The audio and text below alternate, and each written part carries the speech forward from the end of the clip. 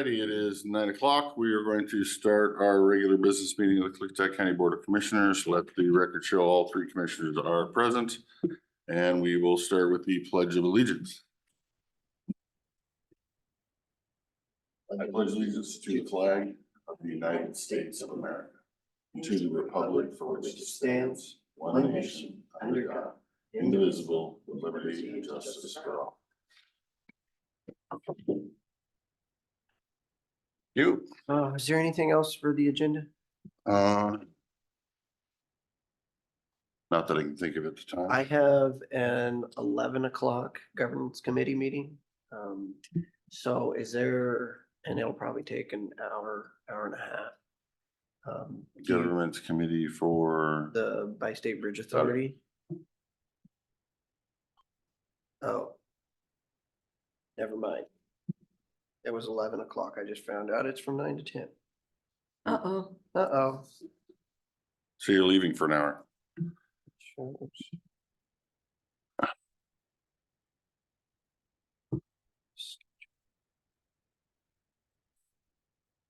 We can hold down the board.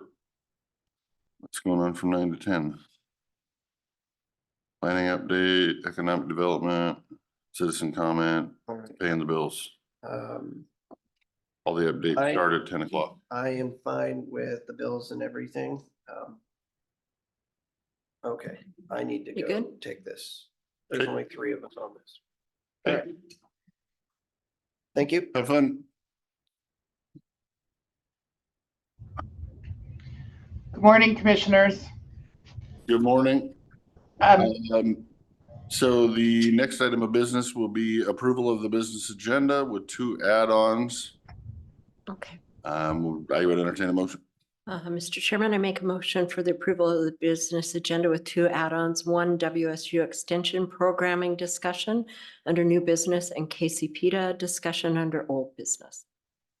Okay, I will step down and second the motion. Any discussion on the business agenda? Which I thought I had something to add to it, but I can't figure what it is at the time, so we might have to add it later. With that, hearing none, all those in favor of approval of the business agenda with the addition of the 2 add-ons, say aye. Aye. Aye. Motion passes. Mr. Let's hold the meeting minutes over until when Commissioner Anderson gets back. Okay.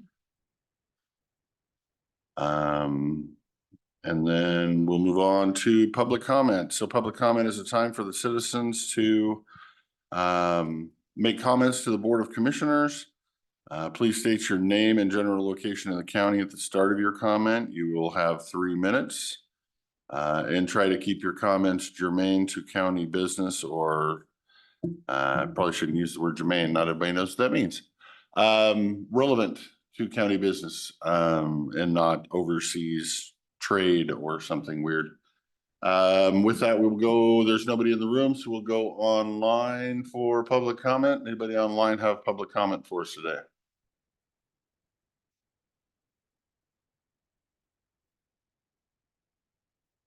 I know there is. I heard a voice a minute ago. Was that Heather? Was it Heather? No, sure.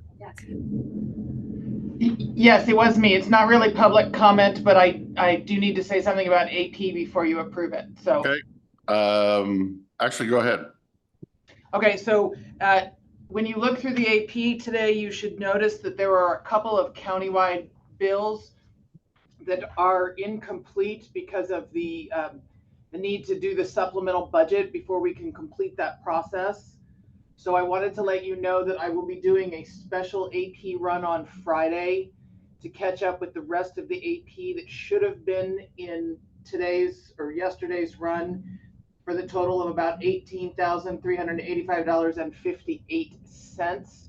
So that will be on your AP approval packet for next week. Okay, thank you. Any questions, Ms. Owen? So do we go ahead and approve this one? We will do this one, and then there'll be a second one, an extra one next week. Okay. Okay. Thank you. Thanks. Thank you. Back to citizen comment. Any citizens out there in the internet world have citizen comment for the Board of Commissioners today? Sherry, go ahead.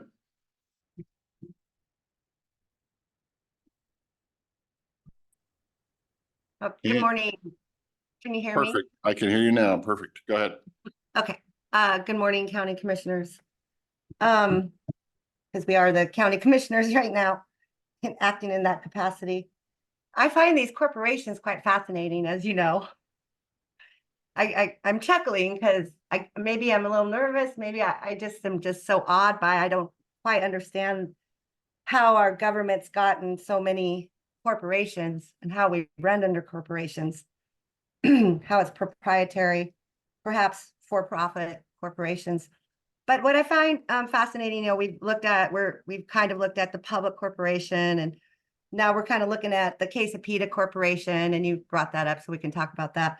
And so I was reading the charter and bylaws, and in the charter, it says that the members of the board for Klickitat, we're talking about Klickitat, the members of the board of directors shall elect from among the county commissioners the following corporation officers, chair and vice chair, and from among themselves the following corporation officers. So I would like to know, for transparency and accountability, which one of the county commissioners sitting there right now, and if it's not you two, then it must be Jake, is the chair for Klickitat.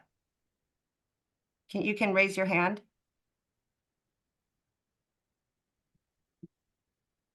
Which one of the county commissioners has been appointed the chair for the Klickitat Corporation, public corporation, the authority, and they're known as the authority? Ma'am, we will answer questions at the end. Okay. Of the Okay, and then I'd also like to know which one of the county commissioners is the vice chair. So it's three of you, according to the bylaws and the charter. And also, last week you talked about this $0.09, and I'm kind of missing a part of that equation, like $0.09 of what? Of what? Of how much? Is what fund? What is that? I'm just curious, because as we've talked about before, and all government money, corporation government money, municipal corporation money comes from taxpayers. And that's you guys too. So when we have to pay a lot in taxes for things that are happening, sometimes the people want to know what's happening and how our money's spent. So again, for transparency, that's a hard word to say, huh? And accountability, who is the chair of you three and who is the vice chair of you three for Klickitat? And what is this $0.09? Where does it come from? How much is that? Maybe last year? Maybe we can have some more public discussion about that public corporation with the public. And when are their meetings? Because Klickitat is supposed to have public meetings. So when are those meetings? Can you let us know about that? Thank you. Thank you, Sherry. We will move on to the next public comment, but hang on, we will definitely have response for you. Anybody else in internet land have public comment for the Board of Commissioners?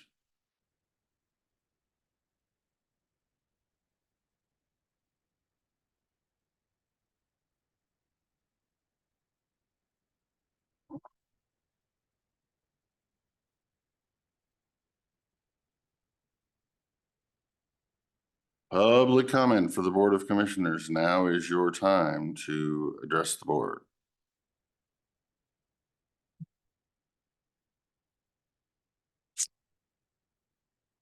Not seeing any.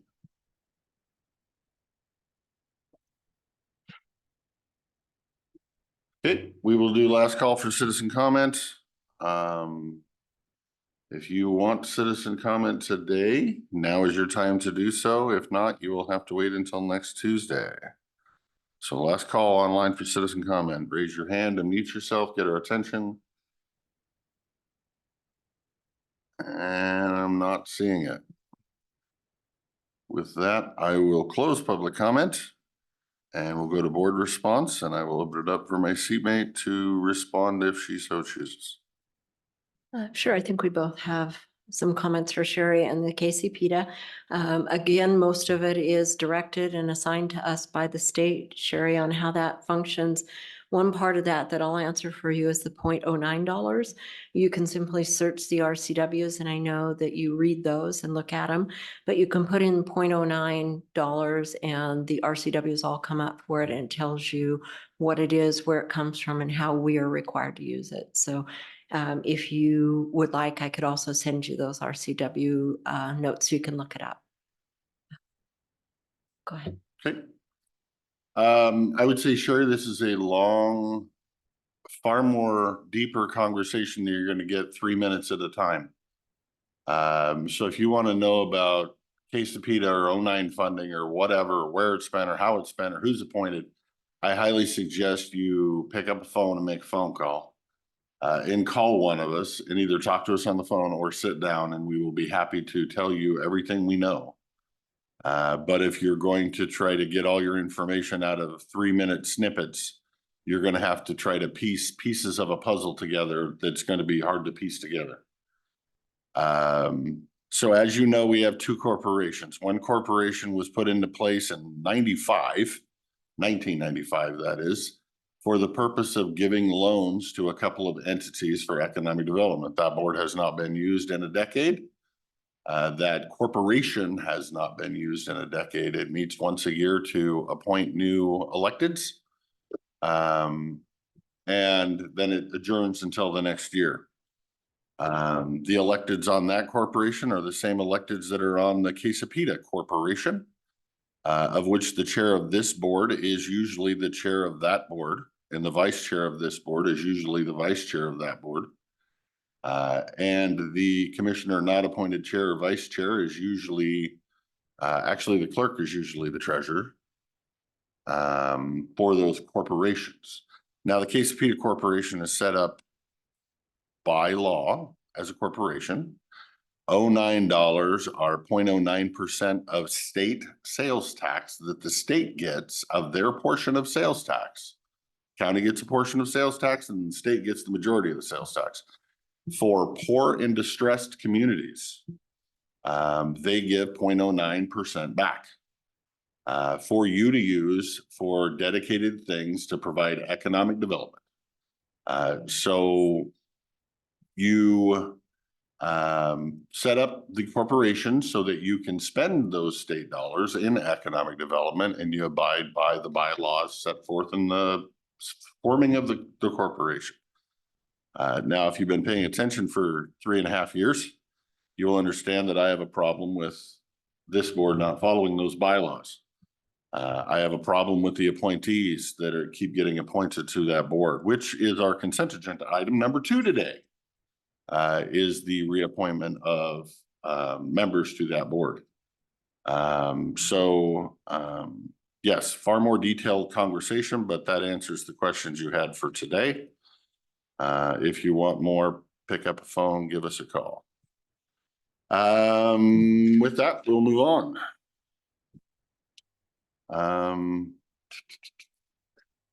So we are going to hold over that one. And then moving on to consent agenda with 17 items, I would recommend pulling item number 2, which is the Klickitat board appointments, until Commissioner Anderson gets back. But we can do the other 16 if you wish. Okay. Mr. Chairman, I make a motion to approve the consent agenda with 16 items. Item number 17 being put off till later in the day when Mr. Anderson is back with us. Okay, and I would just to clarify, it's item number 2 being pulled. Thank you. But so we're gonna, I'll step down a second to motion. We have a motion to approve 16 items, pulling item number 2, which is the Klickitat board appointments. And for later discussion, with that, do we have any further discussion on these 16 items on the agenda? Hearing none, all those in favor of approval of 16 items on the agenda, pulling item number 2, say aye. Aye. Aye, motion passes. Payroll warrants. Mr. Chairman, I'll make a motion to approve the payable warrants in the amount of $164,282.46, and the payroll benefit warrants in the amount of $1,145,801.27 for the date ending December 26, 2023. I will step down and second the motion. Any comments on paying the bills other than all the fun things I had and I saw on the bills that we'll have to discuss? When we have our Public Works Director back.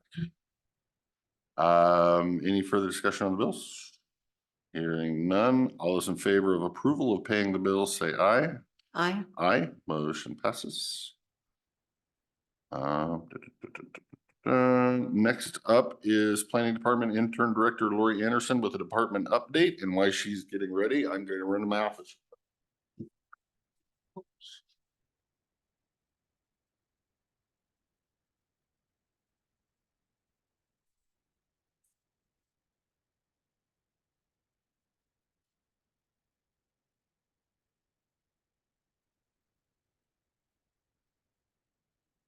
Good morning. Thank you for the change. So confused.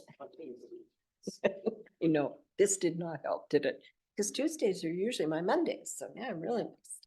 Yeah. Monday holidays and Tuesday snow or ice. Yeah.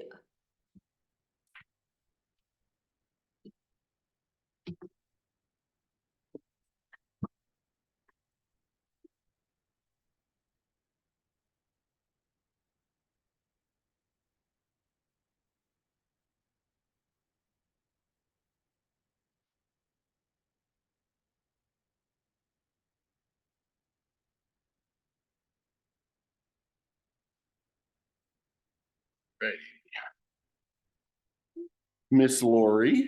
Okay, so Planning Commission, I know I updated you last week, so we're still working on critical areas. And January 16th, the Planning Commission workshop will focus on the last half of chapter 1 of the critical areas ordinance. Then following workshops will be on February 20th and probably, okay, there will be additional workshops unless a miracle happens and they get through the whole document on the 20th.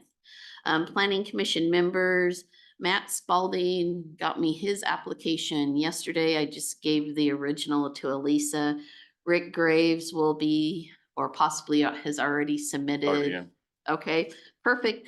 And from what I understand, Dave Barta application is already here because he was just took Lori Zoller's term when she became a commissioner and was just serving for that 1 year. Request for proposals. We need to thank Public Works. We got that out last week. It'll be published in the paper this week. Title 12 road standards. There's SEPA required on that, and that'll be routed this week. James Dean aggregate overlay zone. The goal is to have the SEPA out on that, and it would just be a SEPA to get comments to then make a determination. Hopefully have that out this week, but the Monday holiday, Tuesday ice closure has created a bit of chaos in our schedule. And of course the holidays too. And then we do have a short plat with SEPA that'll be routed this week. And we still have all of our pending projects, Bluebird Solar, under canvas. The conditional use that I was hoping to route for the coffee stand on Highway 97. The applicants are trying to ponder options of whether a traffic study required by DOT or coming in off of Spring Street, where the property owners own property there too. So some different options. So that's kind of on hold. Hopefully this week, but the rate things are going, it'll be next week. We'll get the conditional use in SEPA routed for a doctor's office in the Trout Lake area. Rezone with SEPA from forest resource to rural in the Snowden area. Once again, trying to get that out and routed. But again, the complications with holidays and snow and so on and so forth. We also are still working and probably will be for a while on Northwestern Lake cabins, repowering wind projects. The Bingen Point shoreline substantial and conditional use permit is they've submitted their updated wetland report, so potentially we can get that routed. What is that project, by the way, if you can give me a basic? Well, the port, and I'm probably not the best, the port for many, actually, probably as long as I've worked here or longer, have been working on different updates and improvements to the property down there in the Bingen Port. And part of it is a shorelines thing. So to do any more development, they have to update these permits that expired. Okay, thank you. And it's kind of a long, complicated, it'd be better to have more information than for me to stumble through it. Yep, But good enough. You gave me enough. enough, and I said, I don't want to know there's everything about piles. everything. I just like to know a little bit about something. Oh, and then shoreline master program update, that's still on our back burner too. So that's kind of the highlights of the planning department, along with, like I said, kind of the odd scheduling the last week or two with holidays and weather. Okay, Commissioner Zoller, do you have anything? I do not. Good update. Well, thank you, and have a good day and a happy new year. and all. Yep. Yeah, you too. No, thank you for the update. Like I said, it's good for us to know at least the bigger stuff, what's going on out there in the world. Well, all sorts of things. Yeah. Well, thank everybody upstairs for me. Keep plugging along. Thank you. Yep. Richard is online if he's listening. He can be next if he wants to be.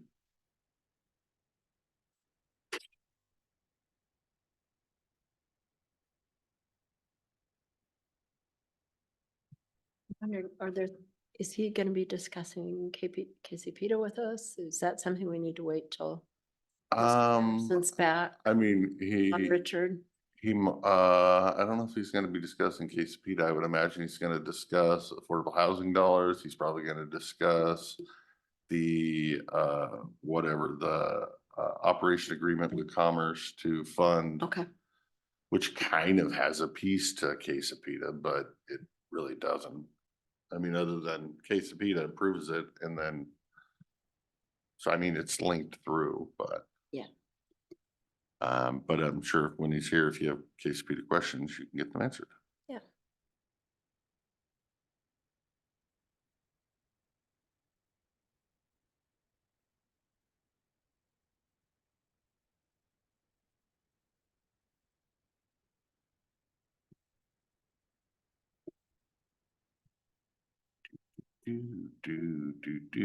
Here they all come. Mhm. Well, not all. Here's some of them come. Howdy, howdy, you're up. Come on forward. Bring your cohort. Okay, I'm gonna try and go quick.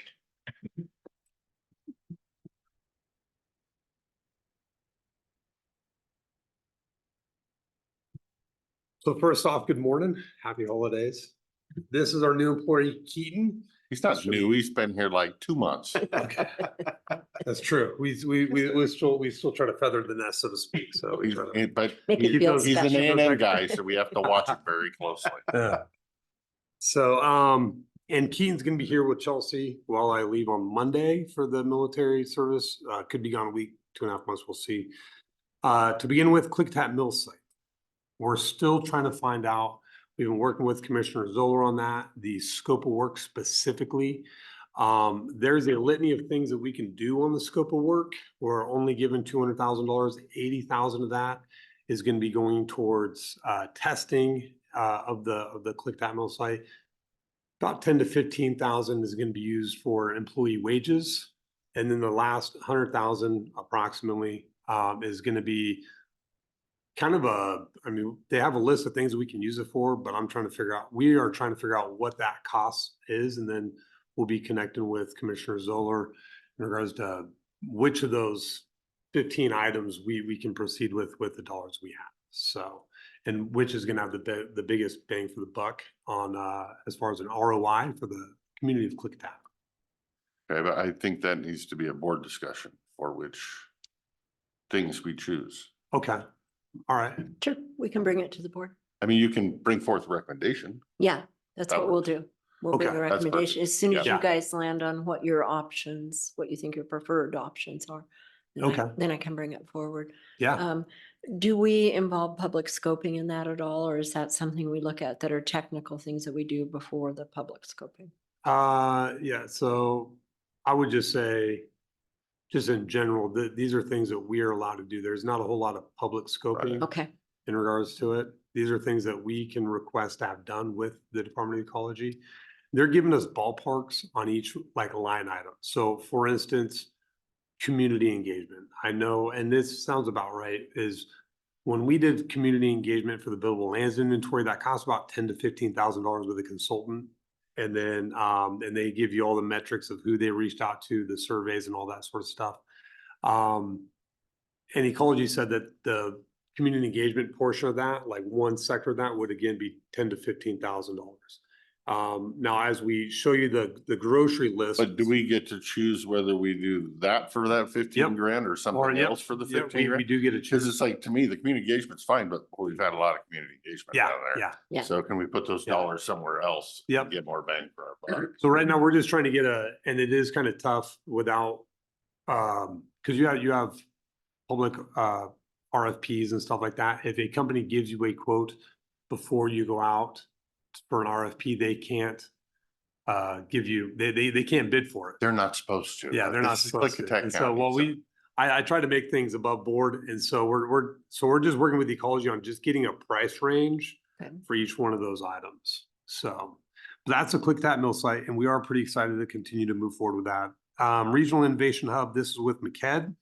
Their innovative cluster accelerator program. First meeting is gonna be January 18th. And so Chelsea's gonna be on going to that. The core team, this is the EPA stuff. The $200,000 that's kind of designated for the county. Our first meeting was on December 5th.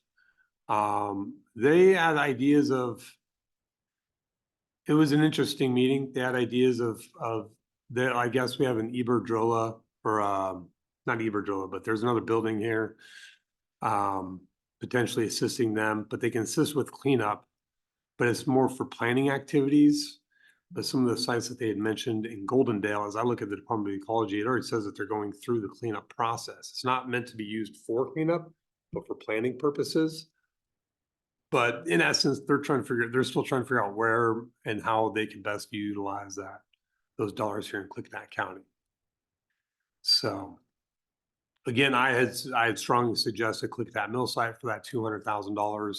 The fellow running it was thinking here in Goldendale, there's a few properties.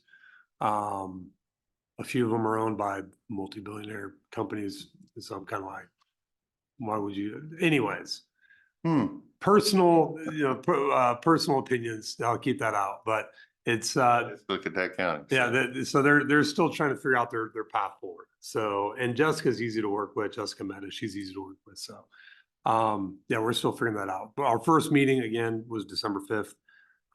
Business retention and expansion.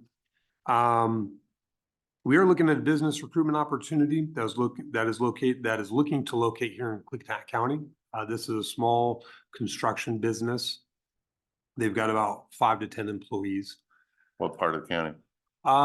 They said that they would be interested in going into Dallasport or going into Bingen. But as the things start kicking off with the pump storage project, they're looking at potentially having a satellite location over here in Goldendale because it's closer to that site. And then they have a startup that's kind of a shoot off of the relocation portion, where it'd be concrete manufacturing. So.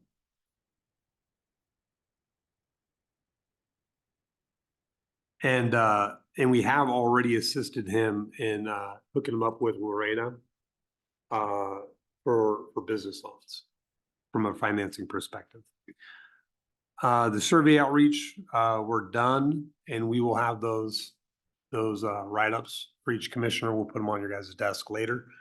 But in essence, from the surveys, they are going to be tearing up a lot of acreage and vineyards, trying to figure out something to do with a new buyer with what's going on out there at the east end of the county. And Keaton here has actually been doing a phenomenal job reaching out to the USDA and getting them the resources they need from various government agencies in regards to imports and exports. So they're all looking for a new buyer for those grapes. So, city engagement. So for the West Steuben water main project with the city of Bingen, they hired Bell Design Company.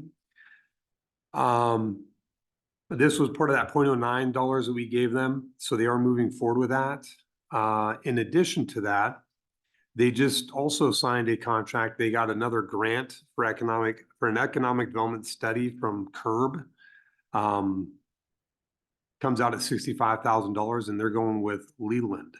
And their tentative date is going to be later on or sometime this month. I haven't connected with Kristen last week or so. But they're going to be pursuing the economic development study through CURB.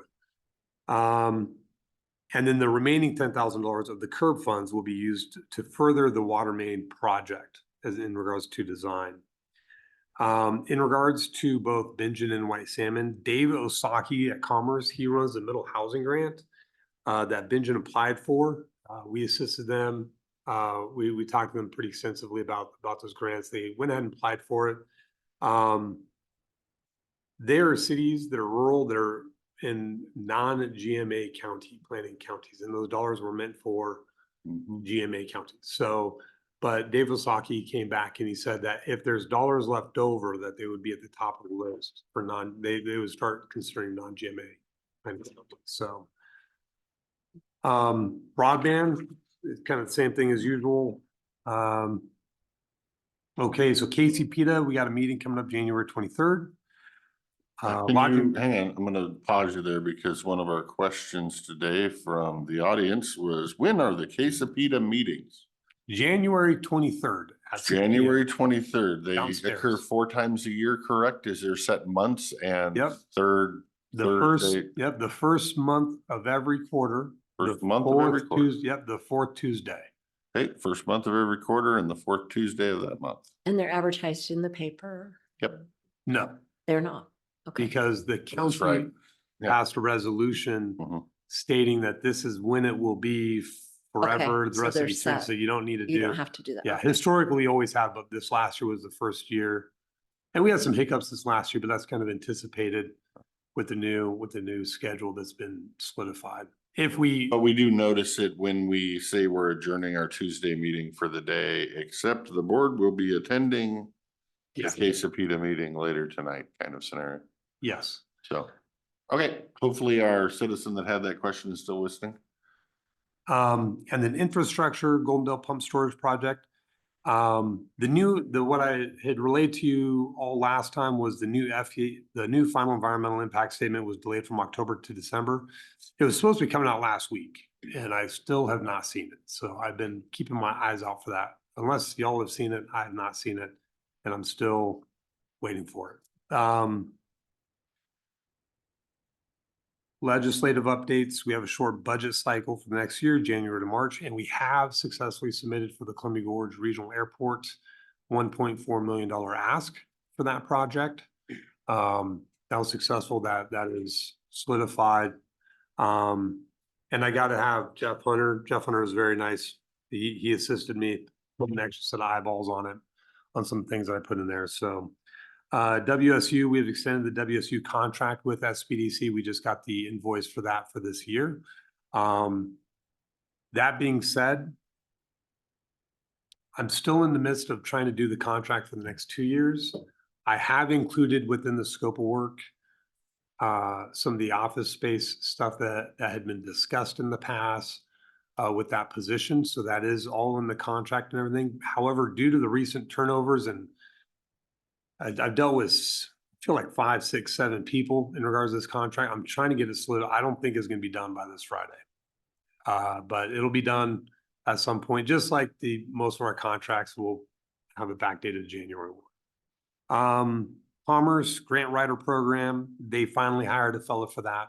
And I'm going to be meeting him on Friday at 2 p.m. So on how he can assist us with grant writing. So this is that program that we thought we were going to get our own community grant writer stuff. Yeah, and then they just give to one guy over in Olympia. Yeah, then they just, yeah, so that way they can funnel all the Bait money and switch. other places, and every community in the world gets to hound that one guy. Yes. Good luck getting your grant, right? Yeah. Welcome to the Well, we have faith legislature, in folks. Terry. Terry's the one that's holding it up, so we have faith in Terry that he's gonna help us out. We all love Terry, out there at Commerce. Evergreen Manufacturing Grant. We recently supported two UAV companies for their grant application. This was on a very tight turnaround. We tried to work with Gorge Technology Alliance with this to begin with, but we just couldn't come up with any good research and development projects within the UAV industry. And then we had a couple companies that were working on it. And so we just went ahead and put in for both of them. One company's grant request is just over $200,000. And the other grant request is about $400,000. So, and each one of those, you're looking at an impact of maybe around 20 to 30 jobs for each one of those. One of the companies has an employee base of about 85. So. Professional services agreement.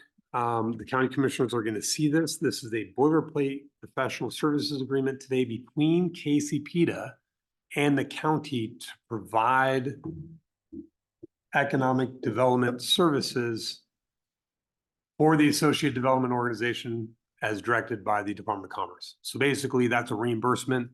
The county puts up about $1,100,000 and then as a grant match, and then we get $75,000 in return, and we utilize that for both wages and fringe benefits. And we usually take a portion of the director's wages and put it toward that grant as well as match. But again, that is very boilerplate. We've always done that. We've done a number of those in the past that have come across. And then I'd like to switch gears and talk about natural resources. Before you switch Okay. gears. Oh, housing. I'm sorry, I forgot about Before housing. you even switch off of economic development stuff, KCP board appointments, there's a name on here for today's agenda item number 2, David Wascott. Who is David Wascott? He was the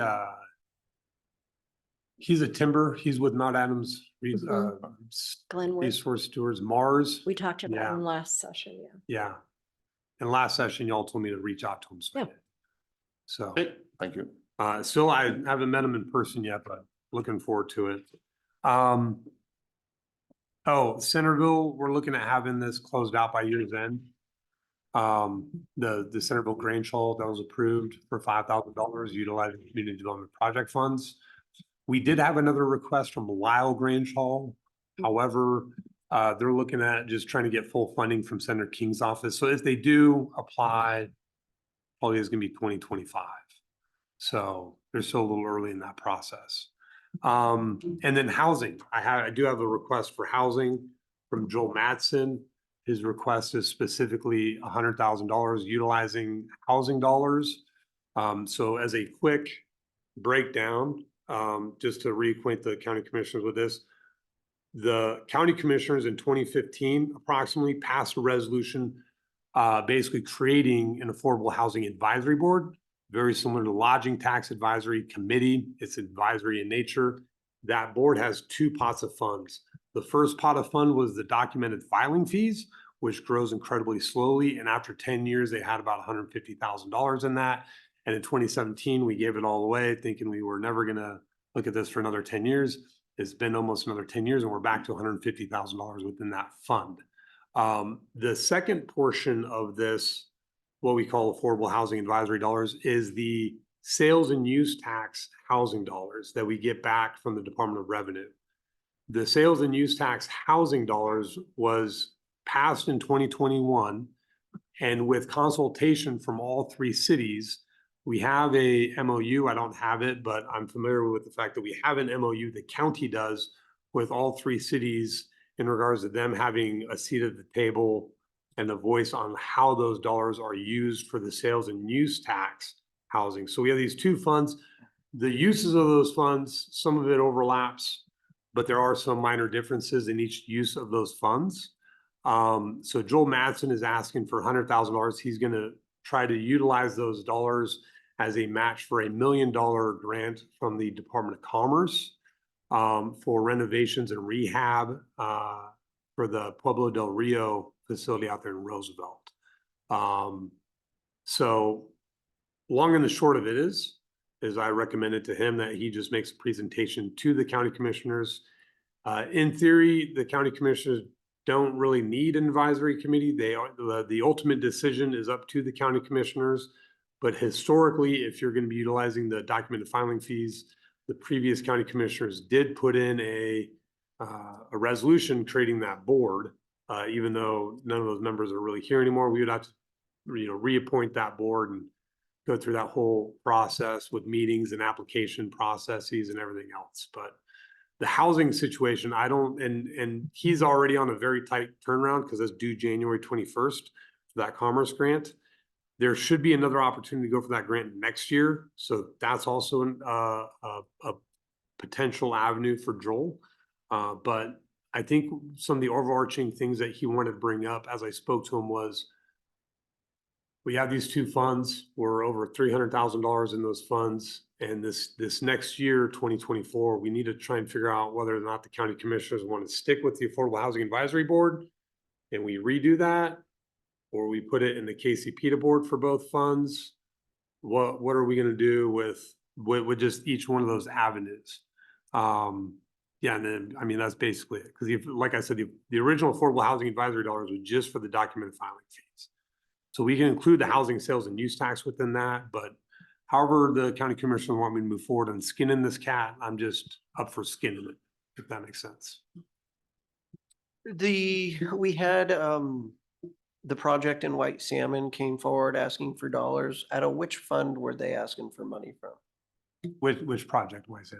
It's when the Ryan Village. Ryan Village was shutting down, they came forward asking for dollars to, in essence. I think it was this same 100,000 side dollars. I am uncertain. I'd have to take a look. I'm not familiar with that project. When did that come out? April, May. Is that this year or last year? It was this year. When it changed hands, there was some debt collection, you might say, that they wanted. Yeah. The 800 was not gonna go fix things, or the 80,000 that they wanted was not going to fix and improve anything. It was going to facilitate a transfer. I guess, my next question would be is, how does the board feel about reconstituting that affordable housing committee and going through all that process? Or does the board feel comfortable moving forward ourselves or kicking it just straight to KCPTA for that consultation? What do you guys feel? I would like to read, I mean, does that Affordable Housing Board have a bylaws or a mission statement or how they're appointed, or is that just all drafted in a resolution? Is it 3 members or 26 members? Where do they come from? Is there, what are the backgrounds? I don't know anything about it. Yeah, so I can give the county commissioners all that information, and I already have the resolutions for it. It looks like it's about 7 to 10 members, just off the top of my head for that board. I have not seen any charter or bylaws. Are these It is citizens not- at large, or were they appointed because you represent that organization and you represent that organization and you represent that organization? I will use your favorite phrase, and it's the foxes and the hens. I'll just Got call it. that. So either way though, regardless if you go affordable housing, right, or if you go with KCPTA, the cities have their own projects that they were told that they could have a voice at the table for the sales and use tax. If we go the KCPTA route, there would be an educational portion of educating the KCPTA board members just within, one of our meetings on like, hey, this is what this is, and this is like the types of projects that come forward. As if we were to create that application process, I would ask for assistance from folks like Leslie Nairmore out of WAGAP or Joel Masson out of Columbia Cascade Housing in order to come up with a good application process. If you go the KCPTA route, we would have to do a number of resolutions dissolving the original Affordable Housing Advisory Board and reappointing KCPTA. Or if you want to reconstitute the Affordable Housing Advisory Board, I would still need to do another resolution. Number 1, appointing new members, and then number 2, doing away with the previous members, because the way it's written, they're kind of appointed for life. Of course they are. Yeah, and so, but that's a simple resolution that we can do to change that. So that maybe they're on 3-year terms or something for those dollars, since those dollars take a long time to accumulate. Something that I'd like the rest of the board to consider and think about too, when you're thinking this through and reading the documents, is it's hard to get people on boards. And we have KCPTA, and we act as commissioners and step down and then act as health department, the health board. I would like to kind of check into maybe merging the two and using the people we have. And if it only meets once every 10 years, the KCPTA members would realize they'll be stepping down and serving in that duty too. Just makes sense. Okay. I would agree, but for different reasons. I'm not a big fan of the fox running the hen house. And while KCPTA board might fall under that under certain items, there's nobody that I can think of that are currently appointed or potentially appointed that have anything to do with housing. So in that regard, there would absolutely not be any fox running the hen house. The only people that would have an interest at stake are the mayors, and they rightfully should. So I would also be in favor of putting all the funds through the KCPTA board. But I don't know that I'm in favor of spending funds without it going through some advisory group, whether that be its own or the KCPTA, whatever the board so chooses.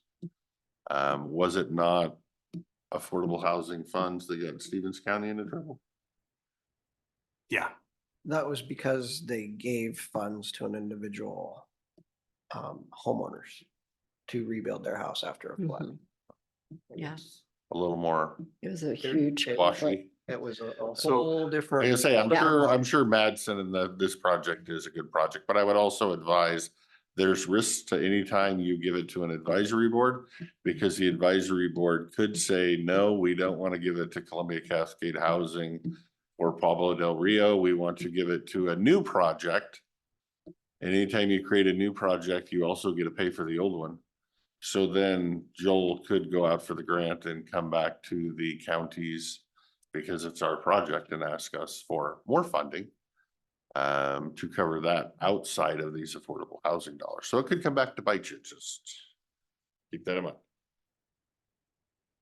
Thank you, Chair. I see it from what Commissioner Zoller was saying, the same way that we do the $0.09. And that is that we would be looking to KCPTA for a recommendation. But in the end, the Board of County Commissioners is the final decision maker.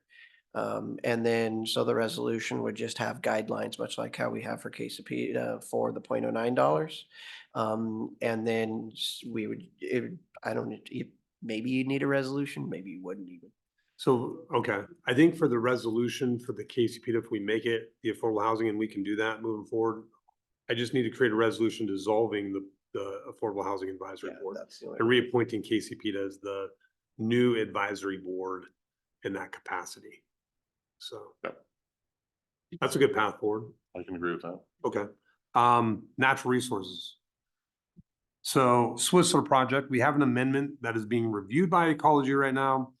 And we have a response letter from the scoping responses for the project that need to be signed by the chair or whomever the chair is going to be next year.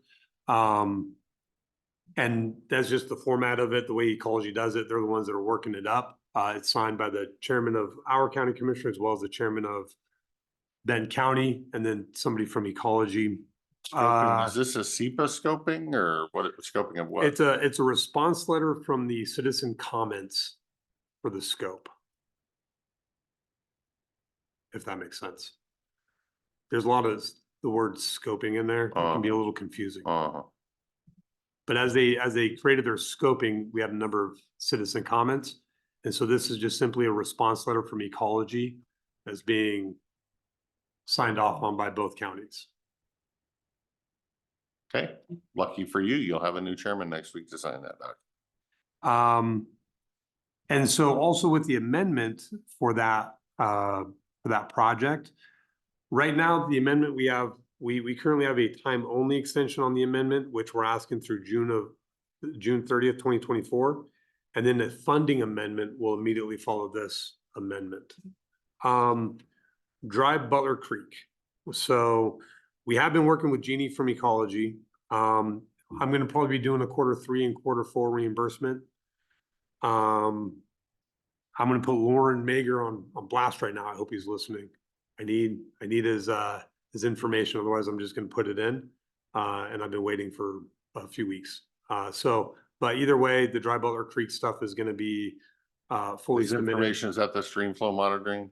Yeah, all that stuff. I broke it down by task for them, how much we have left in each task, as well as what the overall budget was. And I've gone through that a number of times with Jeannie. Jeannie's great to work with out of Ecology. I just need the information from Lauren, and we're getting to the point where I need to just press submit. The thing about that contract, I think you can, well, I know that you can backload it or front load it. It's not like my ADO grant where you have to do it quarterly.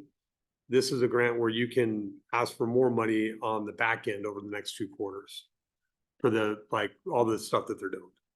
What Jeannie was I was telling gonna me. say, correct me if I'm wrong, but I think this board gave extra county money to the stream flow monitoring because they were out of grant money, and this Yes. board approved more I money. just but haven't gotten any You're saying if information. there's backdating, you can No, go back not- to get some of No, that? I'm talking about reimbursement with Ecology. Right, but I'm saying if they would reimburse some of that stuff, we shouldn't have had to pay for it then. Or, Okay. Yeah, I'll have to take a look into that. But I'm still waiting on reports from Lauren. Well, So that's that's an essence when I, move forward once you get. yeah, what you I just from need some the information from Lauren aid. ASAP. So. Okay. But yes, we are working that piece still. It doesn't seem like it would wouldn't take that long. Surfboard calendar, Salmon Recovery Fund Board. We need to create a calendar for that. So I was gonna do something very last minute. This was kind of brought to me last minute, but with part of that surfboard calendar, we need input from both the technical committee and the citizen review committee. And because we're a little bit behind the curve ball, I just made hopefully y'all forgive me. I just made a kind of an executive decision. I said, hey, how about we just have the site visits the last week of April or first week of May of this next year. That's where it's been historically. So they seem fine moving forward with that, but we still need to reach out to those folks in regards to the surfboard calendar. I haven't touched it yet. I'm just letting you all know that that's out there. And then last but not least, this is a new thing. Ecology sent this out to me. So I'm just going to read this off. Burlington Northern has contacted the Yakima Nation. They are looking at doing a restoration project on Pine Creek Fish Passage. Yakima Nation has agreed to pursue federal funding with Burlington Northern. Project includes a 300-foot bridge, and Burlington Northern has been working with WashDOT as well. Lauren currently has an RFP out right now to hire a consultant to develop conceptual designs. And for them, time is of the essence, especially with the surfboard application process. I suspect they need to get onto that application process in order to pursue other types of federal funding. But I'm just making sure that you all are aware as we look to hire another natural resource project coordinator. So Lauren currently has a surfboard grant that he's had that I think has been extended multiple times on that. It's good to see that there's an RFP out there.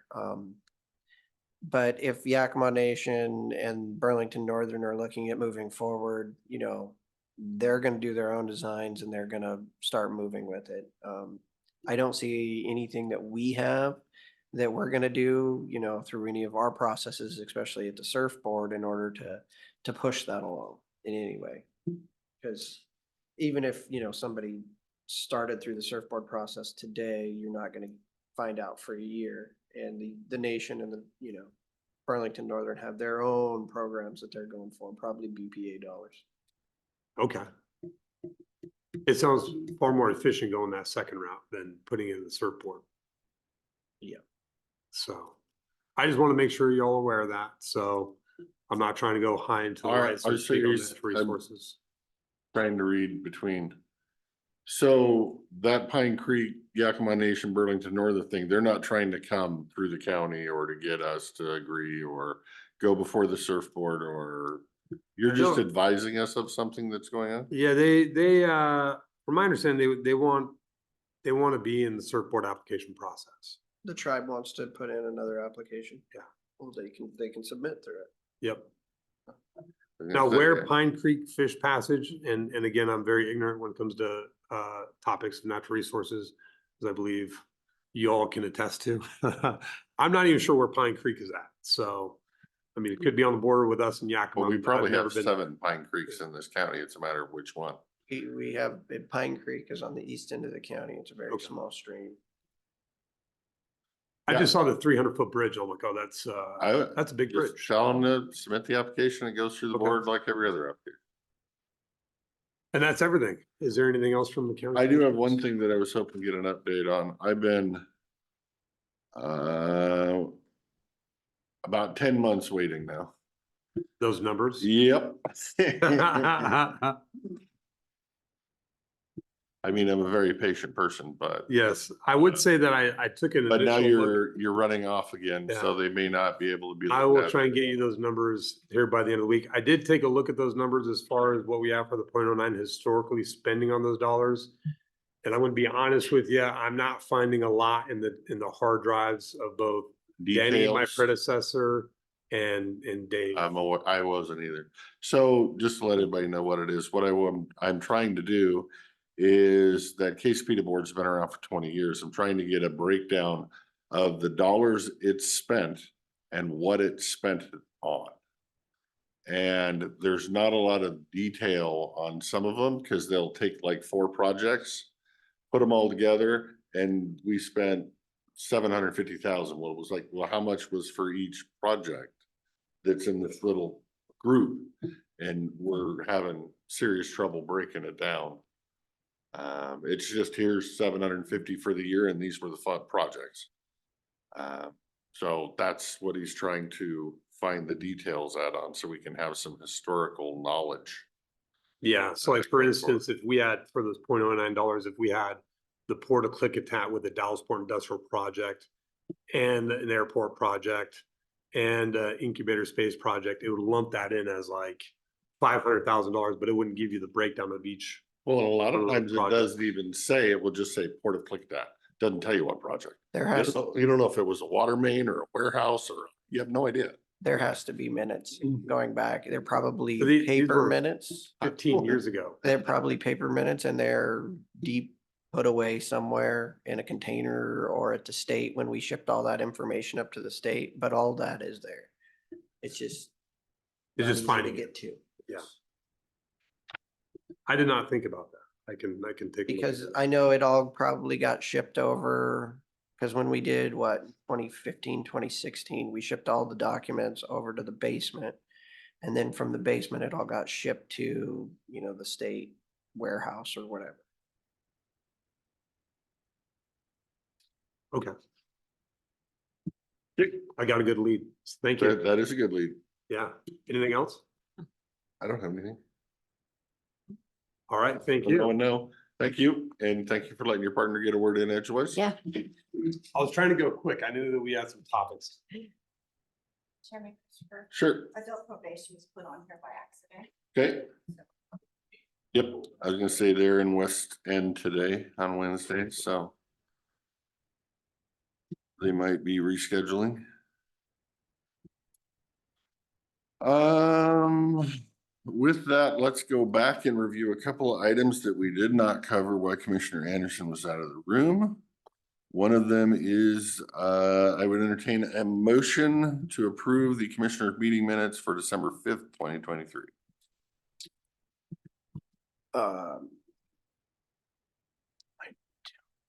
I left my blue sheet. December 5th. December 5th. You want to make? That those? those were the minutes that were discussed last week with an edit. I don't remember. It's just a line item. It doesn't say. That was the minutes that we had the discussion last week. Yeah. And then we directed staff. Do you And- want to see the line item? Or do you not? Okay. Is it on the share drive? No, Or it's, in our email. it should be in an email. Yeah. And that was the email from the December 20th, Wednesday, right? Yes.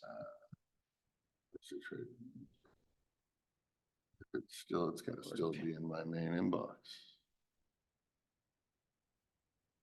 Oh, there it is.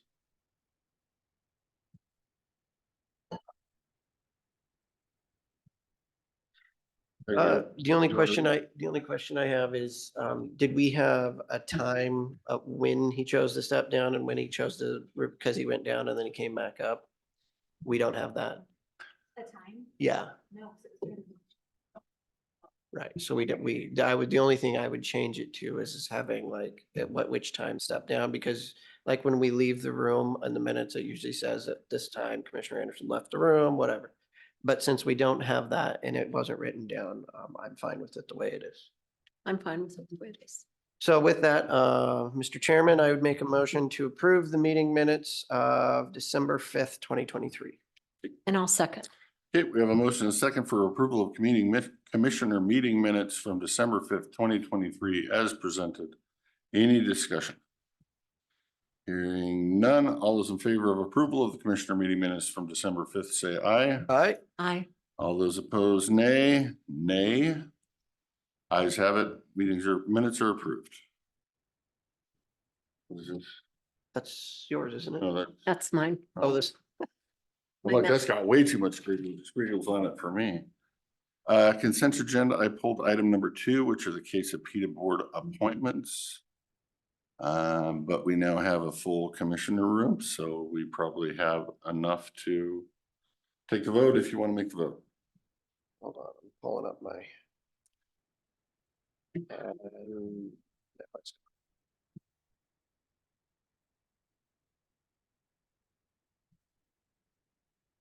Page 13 of the board packet. My board packet got shut down, You want a paper copy? if you have something. You need a blue card, I saw. Oh, I left it in the office. I can run and grab it.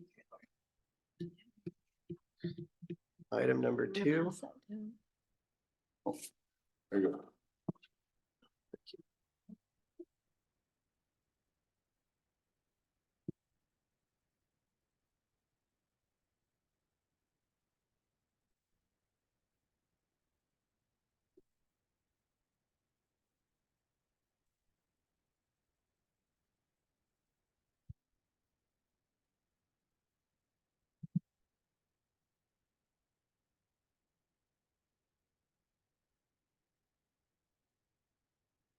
Was Karen and the sheriff gonna be here in person or online, or did they reschedule too with the shift? Both Bob and Stu. Okay. 10:15. Okay, We're not doing too bad on time.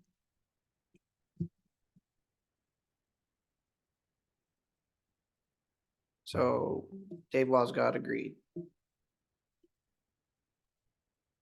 Okay, and so, and this was pulled, yep. okay? And are you looking for a, If the board Motion. would like to make a motion to approve, it now can. well, I will make, Commissioner, we have before us the, Klickitat board appointments, that have been put forth. I would make a motion to approve so that we can have discussion. And I'll second the motion. Okay, we have a motion and a second to approve. Any discussion?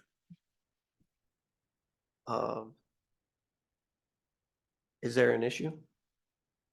I have no discussion. I have no discussion.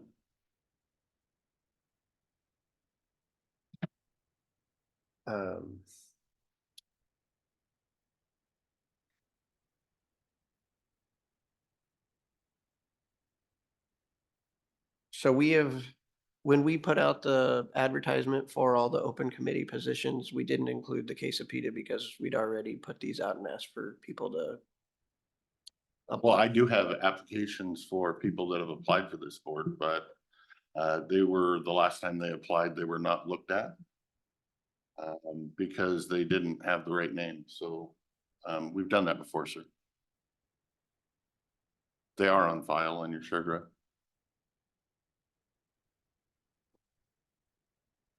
For which positions? One of the county at large positions. When this board appointed Jeff Barcelosis last fall.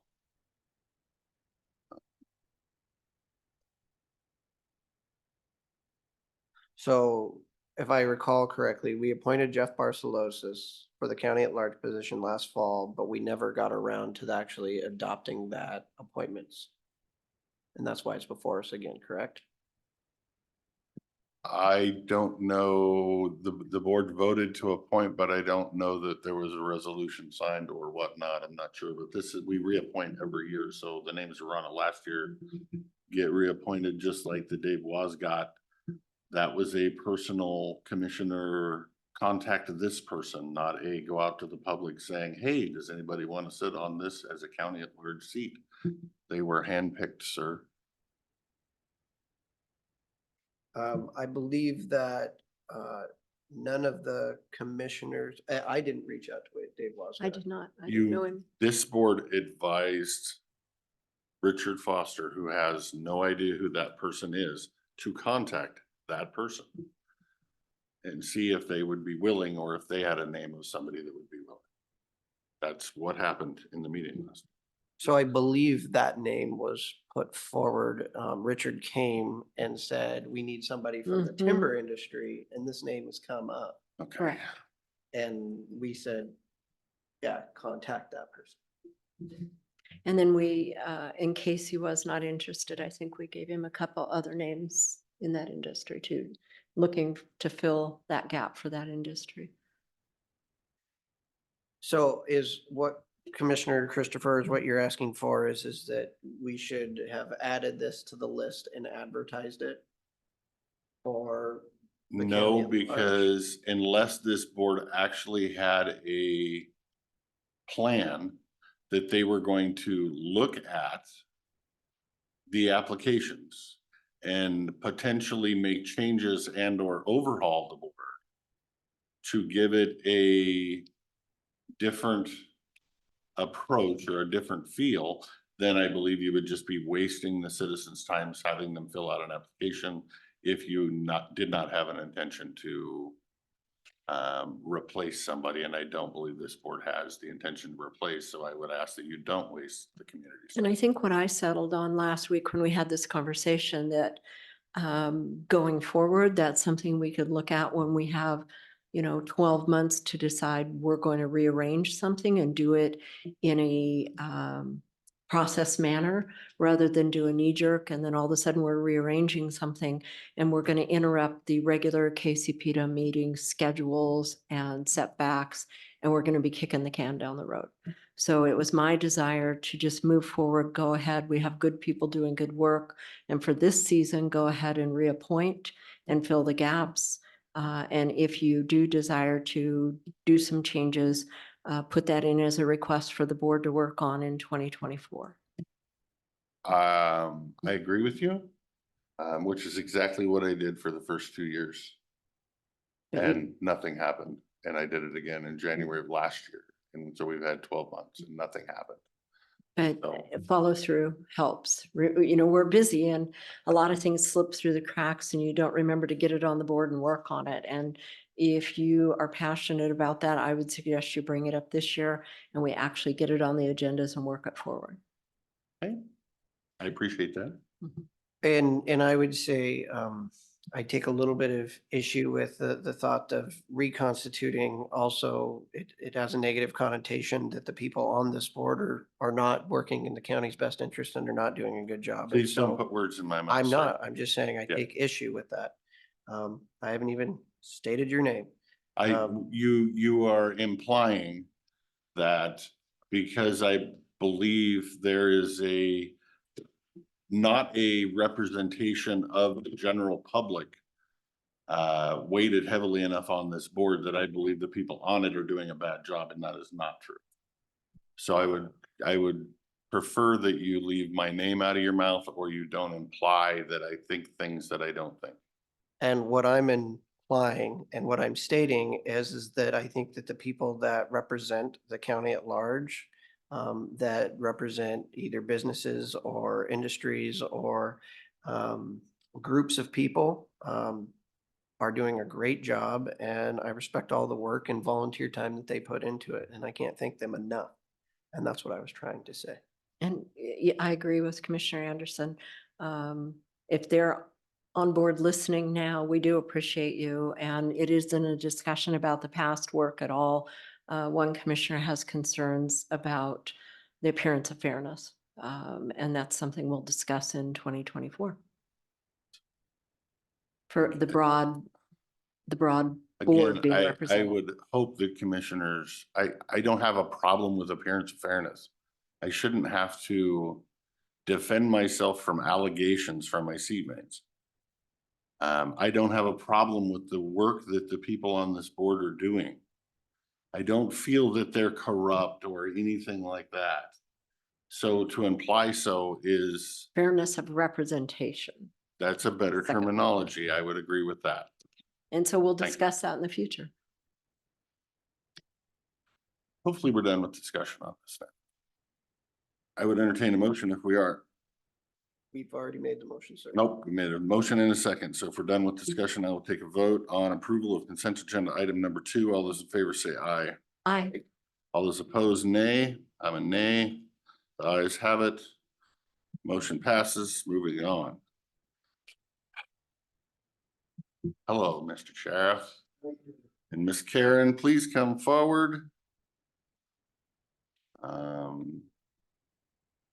The seatmates wanted to bring you for an update or questions, or I'm not quite sure, so I will let them handle this. Don't know what we're doing. Thank you. So I'll start. Going into 2024, our budgets were constrained.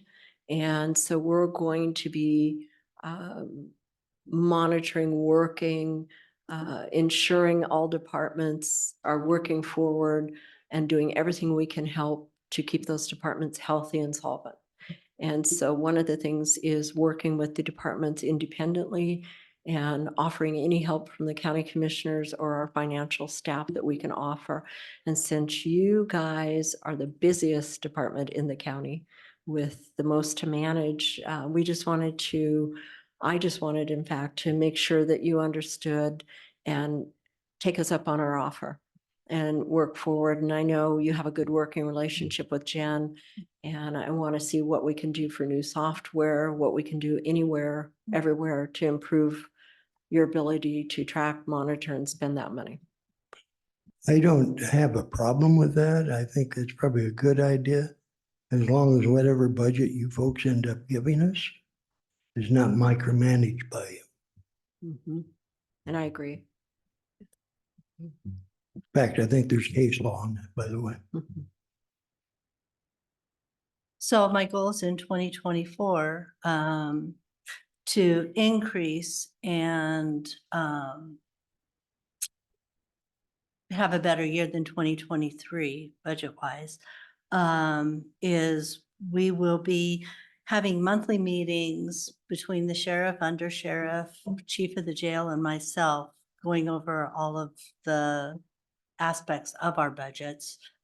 And then I will also be, during that time, we'll review the budget versus actual. And then we're also going to discuss upcoming budget expenses that, so that we can plan accordingly. And then I will also be meeting with Jen monthly to see if she's seeing any trends that I'm not seeing, et cetera. So those are things that we've planned. I've already talked with Jen about, and she's amiable to this as well. And then I will get back to my practice of biweekly review of my budget versus actual, utilizing the Kayenta tools and our internal spreadsheet. 2023 with the staff shortages, et cetera, just did not allow me the time that it really takes to manage that and scrutinize all of the requests for purchases, et cetera. So we will be progressing in 2024 with this proactive approach. And Karen, you have a very tough job. It's a huge obligation and going forward, you know, I came over and sat down and went through things that you've developed for yourself. And it's exactly what I would have done to put it in human terms so I could understand the differences in Yeah. government budget versus normal human being business budgets. It's crazy the transition of how it has to be managed. So I have to commend you how you've put it on your computer. So you can push a button and you can see where you're going. And I appreciate that. Yeah. And having the ability in Kayenta to look at things as they're entered and see the effect on the budget is very crucial. And I feel very lucky that I'm on that part of the team that has the ability to see that within Kayenta. So it's a perfect tool. And as we go forward and do better in budgets, I'm hopeful and I always am the glasses half full person. I do hope in your arrangement of your staff, Bob, that you get more help for the girls. That's such a big job with the paperwork and the filing and just the daily crunch of that. I hope to see they have more help there. Yeah, I'd love that as well. I know. Not only there, but on the road and in the jail as well. One of the things I'd like to bring up, if I may, we have the native housing up there in Wishram. We're getting a lot of calls there. And it's in our jurisdiction. We're required to respond. My understanding that they're not paying one dime toward law enforcement or firefighting. I believe, I mean, that all happened before us and so Right. I believe there was conversations that Commissioner Sauter had that he was engaged, that the Yakima Nation was willing to pay some kind of a pilt or a payment in lieu of taxes to cover at least fire and school. I don't know that law enforcement was involved, but I think there was something there, but literally this was 2.5 years ago. Yeah. I've never heard a thing. Yeah, but I was bringing it up. I know, I don't know if they're charged property tax or if they are giving funding to the county for in lieu of property tax. I don't know. Well, and I know we have Lyle Point and Glenwood and Fisher Hill. Do you not have any MOU in any of those places? We don't need an MOU. It's in our jurisdiction. It is. It's in And our so we jurisdiction, just need that MOU They don't for, have property taxes, they have to be willing right. to pay a payment in lieu of taxes. Sound like which some I believe conversations. the School district might have got, and the fire district may have got. I don't, know that the county- yeah, I don't even know if the fire district got it, sir. And I could be wrong, again, this is 2.5-year-old memory, I know the school is very interested. But the reason I bring that up is, you know, that's another burden, the call load. And a lot of times we don't like it, but we have mandatory overtime we have to pay out. Because if we run a minimum of 3 deputies on a shift, and that's a bare minimum for officer safety reasons, call load increases, that increases overtime because you don't have playing our song. Yeah, but anyway, that's a concern we have just on the workload of that. Then we had several fires this year, double homicide, all those requiring overtime pay. And by the, if I'm reading this right, we're looking at a $43,727 cut in 2024 budget, if that's correct. And the grand total since 2022 to 2024 cut in the sheriff's office is $196,436. That may not seem like a lot of money looking at the size of the budget, but it definitely has an effect on the operations of the sheriff's office. So those are concerns. I can tell you from the time I've been sheriff, the end of this month will be 9 years and going into my 10th year, we've always had a balanced budget. And then we got the cuts come along and all of a sudden we're in some kind of issues there. As sheriff, I do not pay out overtime unless it's warranted. And, but as sheriff, and I agree that I have a dog in the race, that public safety has to be number one. If you can't feel safe in your community, you don't have freedom, number one. So that's a big concern of mine, and as well as everybody's, including the board. I'm not saying that you don't care about that, because I'm sure you do. But I'm just trying to explain why we're in the issue that we have right now with the overrun. And I'd like to see us go back to quarterly review or supplemental budget review on a quarterly basis. Yeah.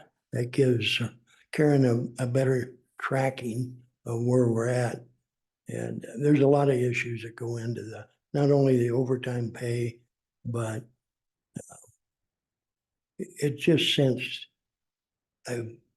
over 20 years now, over 20, there's not been one additional deputy hired in our county. Over 20 years. But the population has grown over the 20 years. I think we're up around 23,000 people roughly. So we're less than a deputy per thousand. National is 1.63 per thousand. And I'm not saying, and the reason is not the board's fault or anybody's fault necessarily. It's revenue coming into the county or a lack thereof. I've 9 years that I've been sheriff, I have not gone back to the prior board or this board and asked for additional deputies, because I live in a real world and know if there's no money there to do that, you can't do it. So what I did in 2015 when I took office is went to a community policing program called the Posse, volunteers to help us out. Like, as you know, Klickitat County has a lot of community events, parades, rodeos, county fairs, and so forth. Now, these posse members help us out tremendously in those areas, because otherwise I'd have to pull an officer off the road or pay overtime to have an officer at these events. And that would impact our budget. So the posse and the air wing of the posse, 6 pilots that fly for us. We have 7, I think 6 right now, hound handlers, predator problems, public safety and livestock.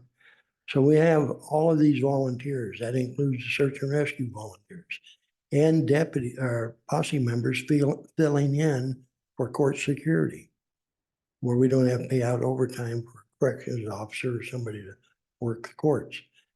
So I think I presented that, I believe, last year, about $250,000 in volunteerism. And that's a pretty good deal. I say a quarter, $500,000, Yeah. $500,000. So the Posse program's been great for us. I know there are people that disagree with the Posse program, but there's a lot of folks that support the program. Just as a side note, we're going to now establish a Posse Scout program for young people. We hope to get into the schools after the first year to do more recruiting. We have 15 members right now sworn in. And I think it's going to be a good deal where they can learn county government, law enforcement, prosecutors, Board of County Commissioners, learn what county government's all about at a young age. And hopefully they'll turn out to be an employee at some point for the county.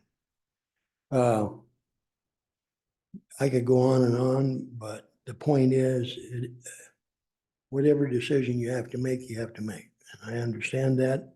We'll do our best. The only thing I think most of you know, I do not want micromanaging of whatever budget you give us, we'll operate and be responsible for it. But I have no problem working with the budget officer, Karen working with the budget officer to, look over the budget and that kind of thing. But ultimately, the sheriff makes a decision of that budget and ultimately is held accountable for that budget.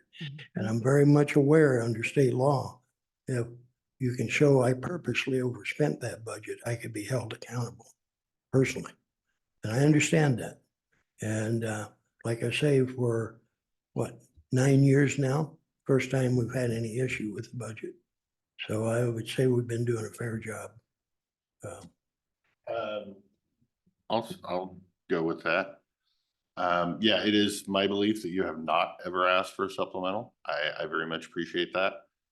I understand as we have budget issues that we've had to make constraints on everybody and not so much constraints with you, just lack of being able to give you that little bit of bump every year. But it's made all the budgets tighter, and because they're tighter and you were understaffed for quite a bit of time this year, I think that, and it's my personal opinion, I could be wrong, that you were doing other things and didn't see where you're bumping up against Right. your wall. Yeah. And I personally have full confidence that with you being up to staff, Mhm. that you'll keep a better eye on that. And so I just want to take the moment to commend you thank you for not putting in a supplemental for 8 years. And I hope we can all work together and make it another 8. Yeah. Yes. Commissioner, thank you both for coming. When Commissioner Christopher and I took office, in mini budgets, there was a little bit of fluff. Because we knew we weren't going to spend everything and we don't want to bump up against those budgets. Right. But when we came into office, we also knew that we were going to be facing significant headwinds in the future with the budget. When we get 1% more money and inflation's 8%, there's a delta there that you just cannot cover. When the sheriff's office is fully staffed, thank goodness, and the deputies, for a lot of years, we weren't. And so there was a lot of money that didn't get spent. You have, of course, never came and asked for a supplemental budget. We do supplementals every quarter. We always have, we always will. The budget right now, this is right today, this is an emergency. This is at the end of the year. This is an emergency. This is the last place you want to be in. And that's why we have the supplementals so that we can plan accordingly ahead of time and make operational changes or try to find it. I just want to put all the chips on the table where the budget headwinds are getting worse, not better. The revenues are getting worse, not better. The losses at the landfill are losses, not gains. When we're looking at this, and in many of the things that occur in this building, we have a lot of grant dollars that counteract those costs. The Mhm. sheriff's office is probably the lowest on the totem pole in terms of grant dollars for the operational size of the budget. The sheriff's budget is larger than all of the property taxes that we bring in by itself. And that's just the sheriff's budget. That's not including 911, and that's not including the courts and everything else that we don't get. It's getting a lot tighter. And we've had to make those cuts. And, for multiple years, you're right, that has come down until we found the actual cost versus, where you're at. And I think this is a prime example between the fires and the murders. You've also been doing training this year, which when you're fully staffed, you can finally do training, and that takes overtime and costs. And I think that those officers have needed that training badly. It's mandatory. And it's mandatory. And the goal is that, when you're fully staffed, the number of overtime hours go down. Well, we see that in 911, even when you're fully staffed, the overtime hours don't seem to go down to compensate the difference in that fully staffing. And that's just a fact of life. I think what we need to do this next year and what we hope to start in January is for me, and I don't want to micromanage your budget at all. I hate micromanagement to begin with. Everybody's professionals in this building and electeds, and they're supposed to manage their own budgets. What I need to know is the overage, the 5% overage, is that structural? And if it's structural, like we can bank on it next year, we can see it coming already. Is that something we can see coming already with, whether there's fires or not? And if it is, we have to figure out how we're going to fill that gap, because we're already looking at the 24 budget. Right. And, we used to never spend, we'd only ever spend 95% of what we'd budgeted for the year, and revenues would come in a little higher than we expected. Mhm. And so we were always able to build a little bit in the reserve funds. I don't see that happening like it used to moving forward. And that's just the fact of life. And we're going to have to get creative. I hope that we can have positive discussions at the beginning of the first of the year about how we're going to do that. Because we're looking at this personally, I'm looking at this system-wide, that if we don't make some changes to revenue, to some of these organizations that don't have grant dollars, because we get 1% more money, there'll be structural changes in the future. And I don't want to be behind the ball. I want to be preparing for it. Right. And if that involves, taking the 0.1%, tax for criminal justice, Mhm. that's a possibility. I think it only brings in $300,000 a year. It's not going to fix the problem. Right. If that's running a public safety levy like Hood River has done, that's something that we need to have these discussions about that are really popular. I mean, it even passed in Hood River, so that we can, at the very least, maintain the level of service we have for all of our emergency services. I mean, we're burning through dollars in cash right now to 911. I Right. mean, to the tune of $300,000 a year by itself. That's just cash balance going down. Once that cash balance gets down, in order to keep that level of service, we have to spread those costs out. And so level of service has to go down. And so we need to think of criminal justice together as a whole. So not just the sheriff's department, but 911, which is, it's in a special fund. They get a tax, don't they already, 911? They get some, but it doesn't cover what we spend. Having two people on 24/7, exactly how much that costs with the jail. It's really expensive. And we don't get enough money in revenue in order to make up that difference.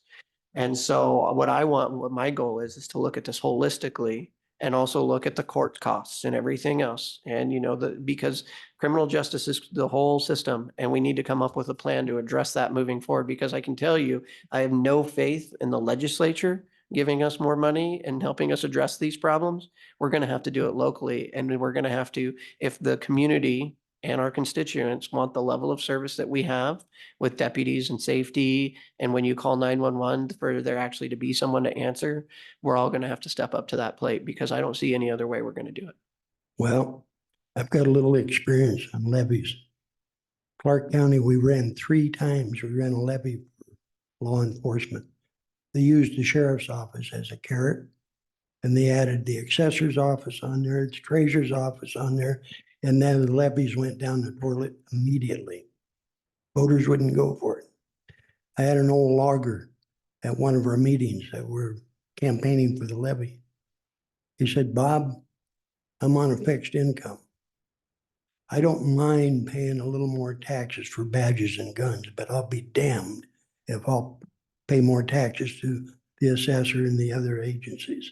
So when you're talking about the law enforcement as a whole, the courts and the prosecutor's office and everything else, chances are that levy's not going to go anywhere. I can tell you that up front, especially with our economy the way it is right now.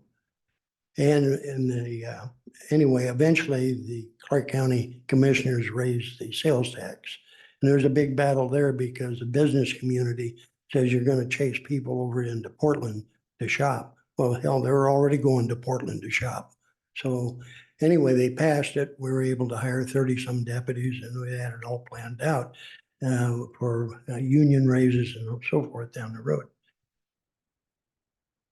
To me, raising the sales tax is not a good choice.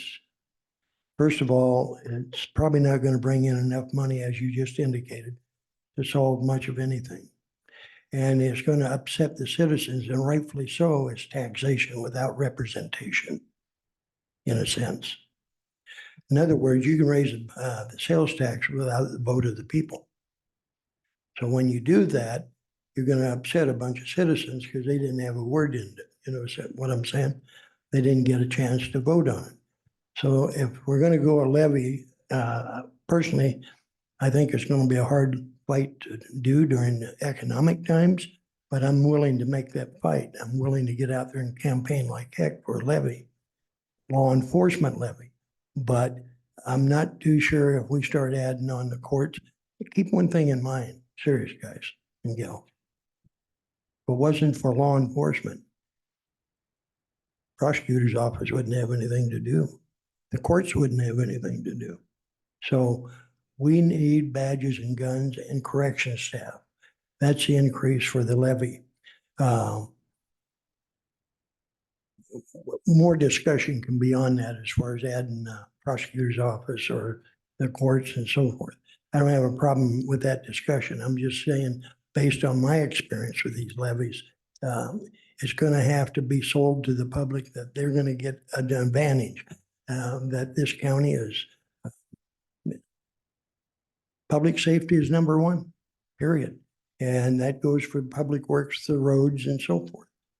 Public safety is number one. But if we continue to see a rise in crime and drug problems and all of this going on, you only have so many deputies out there can respond to those calls. And that's where we need the help on the levy. I'm not, go ahead. I think there, as we enter into these discussions, that we're gonna find that there's commissioners separate from other commissioners, and that everybody is not gonna be, I want to make sure that everybody is on the same page with, if it does go to a law enforcement levy and it raises whatever percent, let's say $500,000. I think some people might be under the impression that you're gonna get an extra $500,000 in your budget to hire more badges and guns. Mhm. I believe there's that not to be the case. I believe that $500,000 will be a law enforcement levy that goes in your budget as 500,000 general fund comes out to be spent elsewhere. In my experience, you mentioned Clark County. I'll give you my experience with Maloma County. That's how government works. They raise police, fire, and medical taxes, put that million in, but then take $1 million out to fund their other stuff. So be very careful as we go through these Yeah, discussions. well, I failed to mention that with the Clark County, when they raised the sales tax, part of that resolution that they passed, they couldn't take just what you're talking about. They couldn't reduce the sheriff's budget by the same amount that the sheriff's going to get in. It was added to the sheriff's budget. No, you're right. Keep that in mind as Oh, we yeah. go through these discussions. Absolutely. And just to talk a little bit more about that, when I look at that, I'm trying to look out and look out 3-4 years, because very shortly we're going to be burning through reserve balance in order to keep services where they're at. And from my perspective, it's not you have $1 million coming out or going in and $1 million coming out. It's when you put it to the people, it's we have a structural problem because of legislative decisions in Olympia that we get to raise 1% more money, and our deputies are getting 4% more or whatever it may be. And there's a delta there that you just cannot fill By And- union contract. by contract. Yeah. That contract lasts over the course of multiple years, which then we can make assumptions about where that is. And that's why I was asking about this year. Is this structural or is this a one-time thing? Because we can set the budget and you can run up against your budget, but public safety is not something where we can just be like, no, we're not going to have any deputies on for the last month of the year because we've used all the money. That's not the way I operate. That's never going to be the way I operate. And that's why we need to make sure that we're not happening. But when there are emergencies, like a big fire, and there's times that you need to spend all this money on overtime, I'll never say we shouldn't do it. I'm saying we need to plan for it, because otherwise where we're going to go, if we don't address the situation, it won't be, moving money from in and out. It'll be how many deputies are we losing and how much service loss. And so the question isn't how much more are we going to get? The question is how much service loss are we not going to have happen because of being proactive? Exactly. I know of agencies, Clark County being one of them, where the budget got tight years ago. And factors before they passed the income tax resolution, I believe, not income tax, sales tax. Citizens had property crimes. Deputies didn't respond. They sent them a report to fill out and send back in. Deputies would go stationary in the county, not respond to would only respond to calls, no routine patrol to save on fuel. So these are impacts that really affect the citizens we all serve, safety wise. But those are cuts that may have to happen if budget money is not there. So I don't want to get into that position where we have to make those kind of cuts, but if you can't afford it, you can't afford it.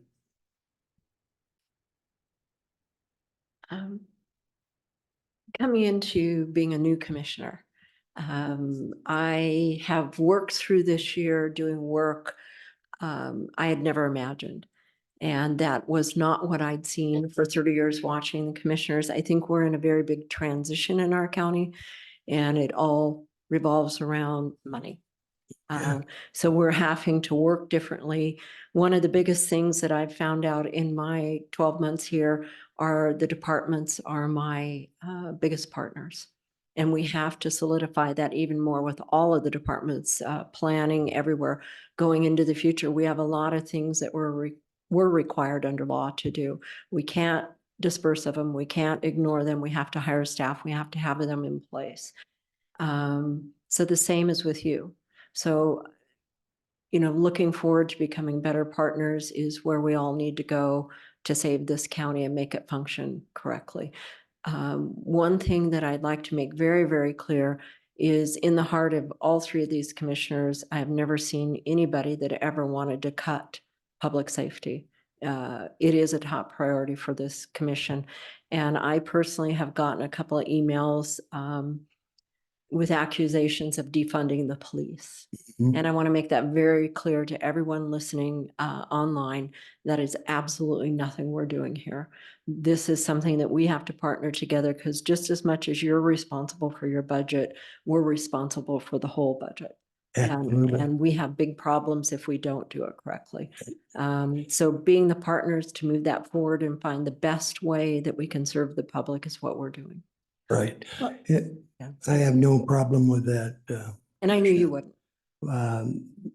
Yes, there's going to be that appearance of defunding. You can put lipstick on that pig all you want, but if you're out and out defunding, or if you're cutting budgets, the end result's the same.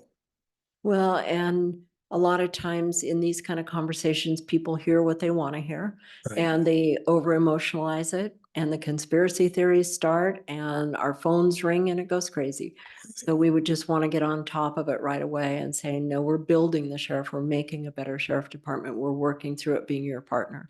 Well, and I can tell you, your phones will ring real hard when it comes to us cutting off services to the public.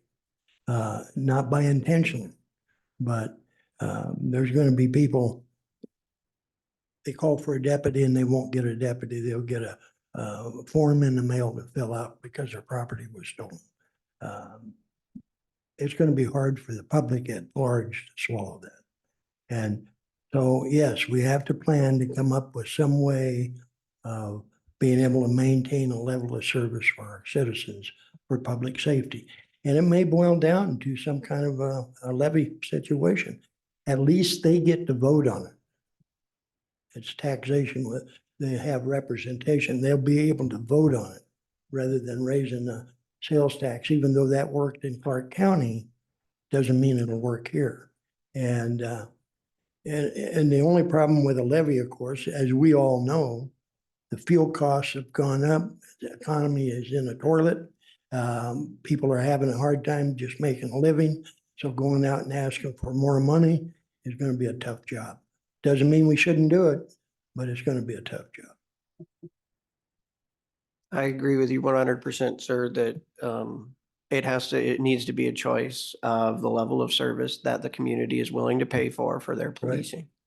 And if they vote no, then when they get a letter in the mail, you can say, well, you voted no, you asked for this. as a community. You- And we've already pulled that levy, you know, we did the 0.5% sales tax. We are still in Washington state, the lowest sales tax in the state. But So my understanding, if you pass the sales tax increase, the board, we have any idea what kind of revenue that bring in? I think we're talking two different sales tax. I think you're talking this 1% thing. 0.01. We can do it by 0.1%. We could do it by 0.5% for everything general if we wanted to. We still have an whole nother half we could go. Your number, I think we're talking about 300,000. But I don't know that Which- this board, if we moved it 1/10, or if we did the one you're speaking of, it wouldn't hurt us economically as a county. If this board bumped the sales tax another 0.5%, which it can do, I do believe that one would hurt us economically because we might have bigger businesses thinking about moving in, warehouses, data storage, things like that may not move in if we raise our sales tax. Well, and I think, But that little 1% you're talking about won't scare. no, and not only that, be quite candid, I don't think it'd be a good political move because it's raising money, taxes, without representation of the people. And it's a hard one to swallow for a lot of folks. But I think a levy, they got a choice. They either want the extra service, well, I shouldn't say extra service, maintain the service, or not. And so it's kind of caught between the rock and the hard spot, but that's something that I'm more than willing to get in further discussions with as far as the levy goes. And but it has to be fair to the public as well, as you guys would do. I'm not implying you wouldn't, but I think if we were all in an agreement with a certain amount on the levy, because we have to pour gas down the road, and it'd probably be a renewable levy, where you'd have to go out and renew it if they wanted to maintain it. A lot of Oregon sheriff's offices operate on a levy basis. I think Washington County is one of them, I believe, and Wood River, there's several of them that operate. The good part is if you pass the levy, it solves the problem. But when you go back to renew it, if they fail the levy, then you're into layoffs and various other things. So it's a catch-22, but it is a solution if the public agrees that the need is there. Well, the problem I see is if you don't pass the levy, you're guaranteeing that there'll be layoffs and reductions in services over time when you just run out of money. I mean, ask what happened in Skamania County, you know, look at what we were like from 2009 to 2011, you know. There Spot were a dial. you dial everything back, and that's not the goal. I think we need to maintain the level of service we have, and we have to get creative, and hopefully we can find out sooner rather than later, this 5%, is this structural or not? Yeah. And if it's structural, then we really need to be planning in Q1 for what we're gonna do and how we're gonna get through 2024. Correct.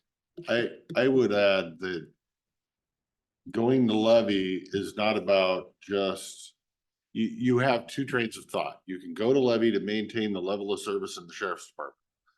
But are you going to levy to maintain the level of service in every department?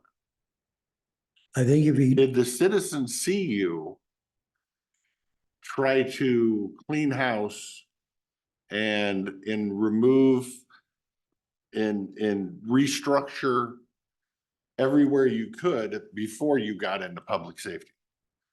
And so I guess that's, the only way that I'm ever going to levy for a law enforcement levy is, number one, if it is 100% fair and transparent to the public, they know exactly what they're going to get for the extra dollars. Mhm. And it's not a shell game, amen. which is what it normally is when there's Yeah. a levy. And unless this board is willing to put that dollar in contract, Yeah, I don't trust it. I'm sorry. no, I There will agree. be plenty of discussions going forward Yeah, because I- I'm anti-levy until this board gets its house in order. I was a no on last year's budget and I was a no on last year's property tax Yeah. increase because I don't believe it's got his budget in order. Yeah, And Well, that I- one wants to go to levy and I'm opposed to that until it gets its house in order. yeah. Well, I'm not jumping up and down saying we gotta go for a levy. But if that ends up being the issue, then I'm willing to work with the board trying to resolve that issue. But the only warning I have, if you authorize it to go for a levy and you got the whole county attached to it, it's not gonna work. Mhm. It'll be an interesting discussion this year. Tenfold. So speaking towards revenues as well, I mean, the levy is one lever to pull. The other lever that we've been talking about for a year is potentially bringing outside inmates into the jail so that we can raise money to help pay for the jail. Anything else that we can do to try to raise revenues, and whether we're raising it directly for, like in the jail, it would be an offset. Mhm. But are we giving out parking tickets to all these people that are showing up in the county that are parking along our county roads to go hiking illegally? Are we giving them tickets, and is that going at least into the Goes into the criminal justice accounts? account. Yeah, but are we doing everything we can internally as well that we can say to the public, we're doing our part to raise Mhm. revenues as well, so that we can keep, a levy as low as possible if we need, or however. As for, getting the financial house in order, I think all three commissioners up here are very fiscally conservative. I think we all ran on being fiscally conservative, and I think as your budget well knows, we've had to make cuts. And we're trying to get to that place where we've got that house in order as best we can. And we've had multiple rounds to try to do that in budget processes. And the citations have increased, especially during our traffic emphasis times, where there's the DUI emphasis, the speed, the distracted driving. And distracted driving, we had amazing results in City of White Salmon. Where the old chiropractor's office is, where you can stand there. Our spotter could stand there and just watch person after person on their cell phone, holding their cell phone. And so there's a lot of, because any traffic emphasis requires a spotter. Do we get We do get, we get the all that money to the county if it's in the city of White Salmon? if we're writing it and it goes to West District Court. So if the city stops them, then it goes for the city, is my understanding. And if we stop them, being sheriff, deputies operating throughout the entire county, then it comes to West District Court and through the channel. So if we stop someone on the state highway, we get all the money from that fine. That is the way it Okay. works. Yeah. I'd love to talk with you off Yeah. channel. No, that's about- fine. Yeah. One of the things, and I'm sure you got listeners here, some people believe that we have a quota on tickets. We do not have a quota on tickets. The deputies can write as many as they want. And there's no minimum. So. But there are emphasis times where you're out there We trying have to a raise contract with awareness. the state, with WASPC, Washington State Sheriffs and Police Officers Association. Especially around holidays. There's times where we have to run traffic emphasis, and our region, it's a regional contract. So in our traffic region, they're awarded, I believe it was 90,000 this year for our traffic region. So as many traffic patrols as we can do, we can divert a lot of that money toward us. So the speed traffic, the distracted driving, seatbelts. So that money's up for grabs. We have to work for it, and we are. And the sergeant responsible for that detail makes sure that we spend our time on the road. So. And I do want to thank Commissioner Zoller she came over the other day, and I was able to sit down and show her, here's our systems, and she didn't have anything additional to input, but she's always going to be thinking of it. Commissioner Anderson and Commissioner Christopher, you are also welcome. Come on over, see my processes. If you have thoughts, ideas, I'm not adverse to them, so. Yeah, you're welcome in my office anytime. I would like to bring up one thing, is vehicles. There were some concerns about pickups and Tahoes. The sheriff's office does a lot of backcountry patrol. And that means you gotta have rigs that can get in and get out of those places. The Explorers we have, not only the carbon monoxide issue, but the Explorers we have are great on pavement. But you get in some of these backcountry areas and it just tears them up. So you have a lot of maintenance. Having been in this business over 50 years, I can tell you sheriff's departments is a whole world of difference between city patrols. And because we get into some back areas that we have to get into because of 911 calls and so forth, that we need a vehicle that can do the job. We certainly don't need our cars being broke down. With the Ridge Road, for example, on Explorers, we're ripping oil pans off and everything else because of the rocks and everything you got to drive over. Yeah, you got a higher clearance with the Tahoes and the pickups, and they do a good job. Now, the cost is higher, no doubt about it. And a lot of the cost is also the equipment that goes on, the cages, the lights, and so forth. But I really encourage the board to allow us to stick with Tahoes and pickups because that gets the job done. It's not because they're neat to have or any of that nonsense. It's a working machine. It's a tool that we need. Anything less than that would be a lot of repair work and everything else on them. So just my 2 cents on it. I would, on that front, I would say I would encourage the sheriff's office that when you get a new Tahoe next time, that you transfer this equipment onto that car, because that's half the price of the car, is all the cages and the equipment and the bumpers and the lights and so that if you can, If you can, yes. right? Yeah, And that exactly. was the good thing about the Explorers essentially, is because they didn't change the body style for like 15 years. So Yeah. everything fit. Yeah. So when you get with trucks and Tahoes, now they're changing the body style every 3 years.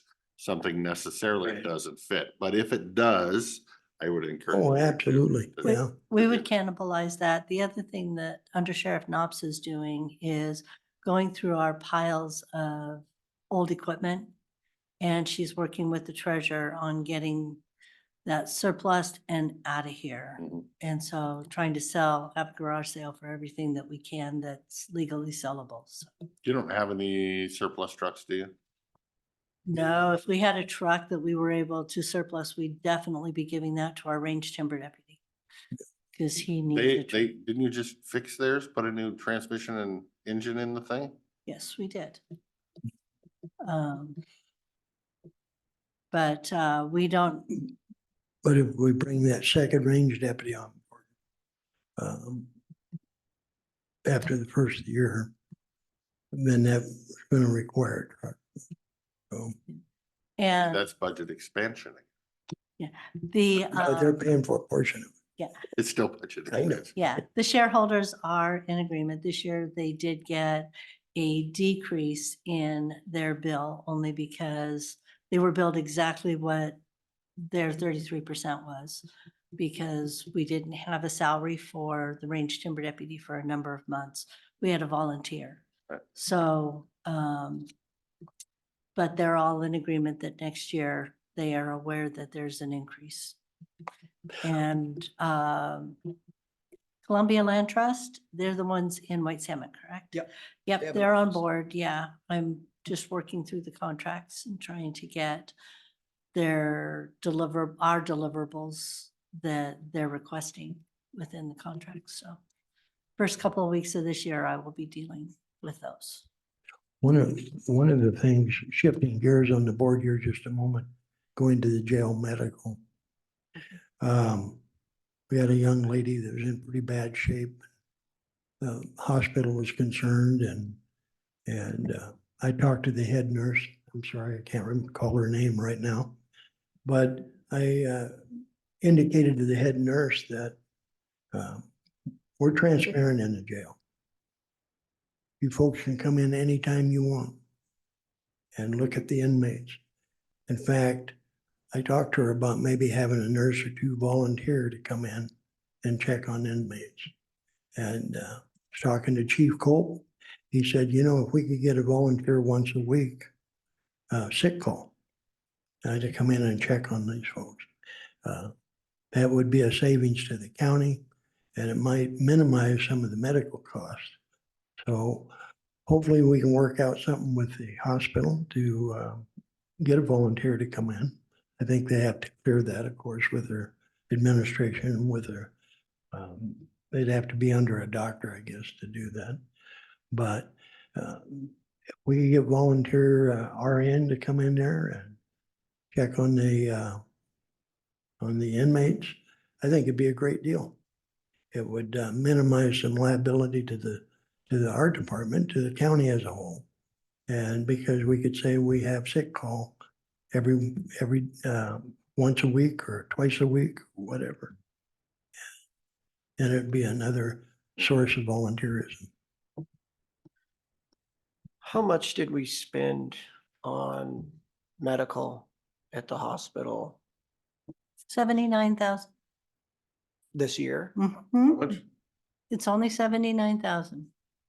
I've been trying to get through to the CFO. She's yet to return my phone call. So when we take somebody up there and they're a city resident, do they still bill us because we So, took them up there? It's not so much a city Or resident. not?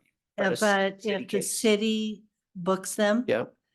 Then that gets billed to the city, and I've got a spreadsheet that we went through the entire year, and there's a 50% write-off that the hospital is supposed to write off immediately. There's an RCW that says they have to write off 50% of the bill. If it's city, Binge and White Salmon or Goldendale, they're told to bill them directly. It's DOC, bill them directly. Oh, so it Um, doesn't go through you to sub-bill to the city, it goes. through We are the not going city, to, The hospital make it giving you the bill when it's actually let somebody me else. put it this way, they've even gone so far as to, I sent them the list and said, you know, that needs to be billed to Goldendale Police Department. So the bill came to us, Goldendale Police Department, 205 South Columbus. I'm like, you've got to be kidding me. And their standard MO is, oh, they walked in with the deputy, so we're billing the county. And that My person point is, wasn't Are you even, keeping a good eye on that to make sure we're not paying? we for are, city oh, I may be slow in paying their bill, but I make sure You're it's thorough. accurate. There you go. I make sure it's accurate That's what I want, because thorough. it's not been accurate. And a lot of these are billed to the patient, Making sure they're not double billed. right? And I've caught them billing, you know, weird things in there. My, So when somebody goes to jail, they lose their medical, right? And sometimes, Okay, but yeah, but they have a tendency of losing their medical or state medical or whatever, and then we get stuck with the bill because they're under our care. And how the legislature dealt with that is they took off 50% straight off for that, and then we pay it. rather than- ambulance is 50% off as well, you know, and That's good to know. I didn't know that the legislature dealt with it in the past. they have, and we are just watching carefully, making sure that we are not paying, the citizens of this county are not paying for people's medicals that they should not be paying. I said, I worry about the billing and the double billing. You know, did you pay for this thing a year ago? And now they're, oh, you never paid yeah. for this and we want it again. And if you're not watching, you're gonna pay again. Right. It's just, there's a problem with billing and we all know it. So just, that's all I'm saying. Keep Yep, track of no, it. I am, We've all experienced it, I think. so, Anything else for these fine people? No, I look forward to, hopefully we can start those discussions in Yes. January about where we're going, and I see our fiscal manager's online, and hopefully she'll be able to do some forecasting so that we can see how bad it could be in the next couple of years that we need to prepare for. Yeah. Yeah, and I think what would really help, as I mentioned it before, is the quarterly Supplemental. supplemental. Yeah, but we'll watch it bi-monthly just to keep an eye out so that it's not. Depends on, did you want to say something? When is our first Go. update in January? Oh, okay. I may have to leave for a couple of weeks, the first part of the month for a No. sick family member. So, I'm not, yeah. So I just wanted to give you guys, but I will work from Texas. So, okay. all right. Well, I wouldn't advertise to the world on our Zoom meeting when you're going to be gone. I am not giving Bad, a date. that's bad. Police is gonna advise you to don't, when you go on vacation, you don't, tell everybody you're going on vacation. She'll have the posse checking her place. There you go. You can't find I my got a house. large swimming pool. I might be moving in there for a week. Jen's got her hand up. Can I just ask a question for a clarification question? Sure. Bob and Karen, when you say quarterly supplementals, what No. are you asking for? Cause we already do them quarterly. No. Just having the discussions regularly, you and I Okay. talking monthly. And then planning ahead rather than last minute like this one ended up being.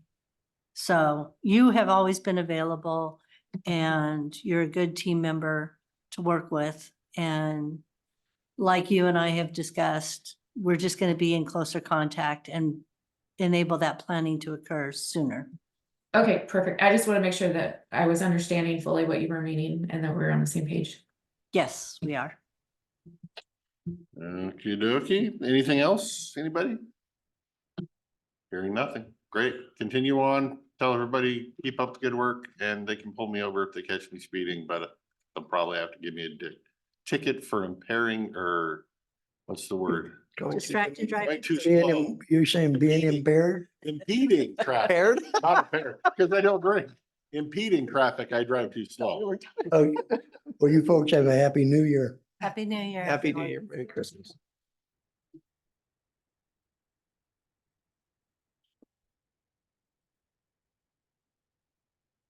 Never got a speeding ticket, but I have got tickets for impeding traffic because I drive too slow. Were you pulling something? One time I was, and the other time I was coming back from Canada and there was about 10 cars riding my butt. And I was literally doing the speed limit. Literally the speed limit.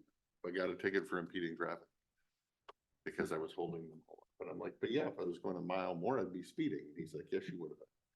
It's like, how do you win that? Mile more, I'm speeding, the speed limit, I'm impeding traffic either way. But now you know that the speed limits are built at the 85th percentile. So, yeah, no, that was fun. Anyway, Moving on. I digress, moving on. Next thing's department update, fiscal manager. The supplemental budget amendment, and we'll kind of have a staff review. My pen is falling apart. I don't know. Go ahead, Miss Jen. Good morning, commissioners. It's been posted publicly. The notice has been in the paper for 2 weeks. It's been on the website. There's been copies of the supplemental budget amendment in the commissioner's office for the public as well. But this is the fourth and final supplemental budget amendment. Just a little bit of a background, a budget is a living document, a forecast that is constantly evolving as the year progresses. December is typically the budget amendment that we call the emergency supplemental. It usually consists of transfers within to adjust for personnel budget changes that have happened throughout the year, cost of living adjustments. This year is shown to be slightly different. For 2 years now, the board has requested that departments and offices reduce their budgets or maintain status quo. And after some initial budget reductions, and knowing this, we did this and took this approach knowing that eventually we would have more supplemental requests. the board chose to take this approach because, as the board has stated earlier today, that we knew that we were heading into different financial waters that the county has been in the past. So inflation had rose to unprecedented amounts. We had personnel changes, cost of living adjustments, and just unexpected expenses occur. So the board has the ability to approve the entire budget amendment packet in front of you, or to line item and not approve certain particular line items if they chose to do that. As for the fiscal impact, the total dollar amount request, there are 8 requests. One was previously approved by the board and is specifically $0.09 for our budget neutral, meaning that they don't require any budget intervention for the board to find other dollars to cover those expenses. 3 do require budget intervention. So the total amount is $458,000 and some change. With how that we budgeted the 2023 year, we had some areas within the general fund that had some budget buffer in it. We budgeted COLA separately. So I was able to pull some from those areas that we did not use all of the budget allocation for and have no intention of using at this point in time of the year to cover some of these requests. And it reduced the amount of general purpose dollars needed to cover the request to 270,000 from 458,000. With that, I am needing to pull from general funds use of fund balance of roughly $120,000 to cover some of the requests. And any questions? Okay, I do not have any questions. I have your board packet in front of us and all of its detailed and colorful beautifulness. I will open it up to my seatmates for any questions. So. No, I just thank Jen very much for going over this with me and helping me understand exactly how it works and where it's coming from. I really appreciate it. Yeah, no problem. Yeah, I have no questions. I appreciate you, Jen.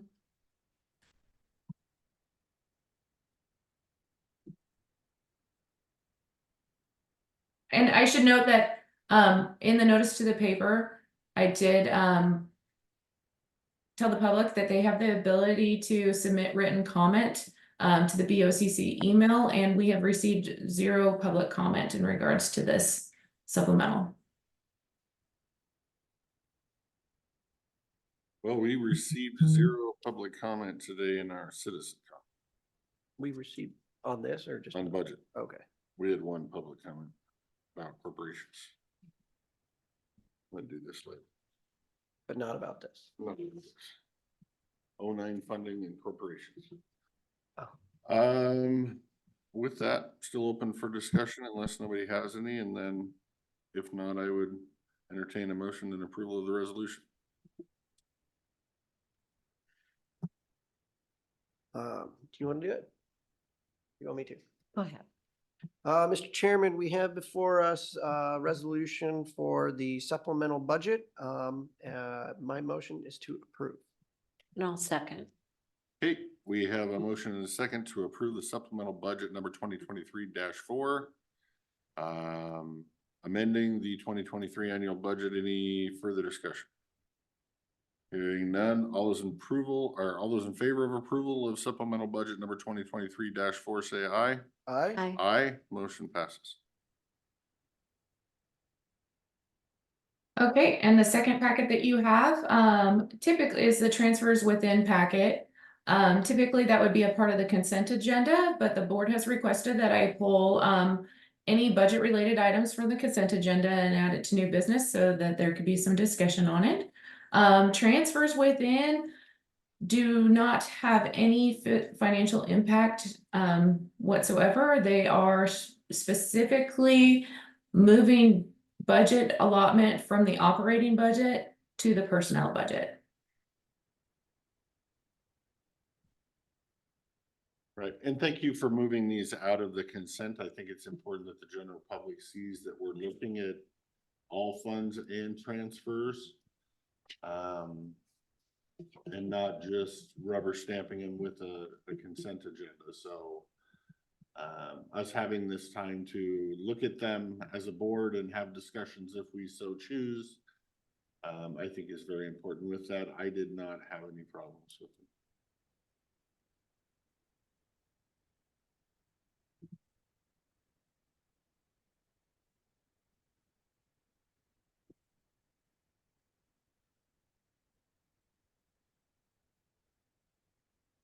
Mr. Chairman, we have before us transfers within requests of multiple departments, and my motion is to approve. And I'll second. Okay, motion and second to approve the transfers within requests. Any further discussion? Hearing none, all those in favor of approval say aye. Aye. Aye, motion passes. And thank you, Jen, for being here via Zoom. Be able to answer any questions we might have. And thank you for your budget work. Thank you, guys. Have a great day. Thank you. Next item is new business, WSU extension. I'm gonna ask her if she had something for us, and then I'm like, well, let me get to, no, she gone. WSU extension programs, whoever put it on there, go ahead. Good. Elise, did you have a copy of the menu I sent you I forwarded them to. on their email? Okay. So I'll look at the email. Forward it to you. So I did hear back from WSU and they sent us a list that I shared with you so we can trim through it and see what we'd like to add as services into our new contract for 2024. So positive progress, but I don't know if you'd had time to look at some choices and wanted to make decisions or. And to find your email and bring it I up. have a question for you guys. Board minutes for the 5th. I voted no, and it's asking for my signature. Does the vice chair of the board want to sign this?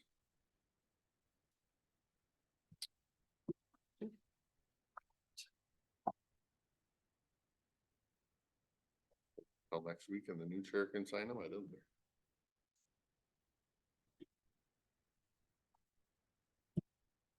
Thank you. Done. WSU programs. I did see the Yeah. whole list of programs. I think it could be very valuable for us have that printed sheet of programs sitting right before us Okay. and potentially talk to Hannah to say, what do you do and what exactly are you doing for each one of these? So I totally am with you on maybe saying, hey, let's focus on this, this, and this, but I think we need to know what's being done before we. Well, and that might be something that you could list questions and share that back with Mike Gaffney, because I'm not sure who the representation for each different programs are.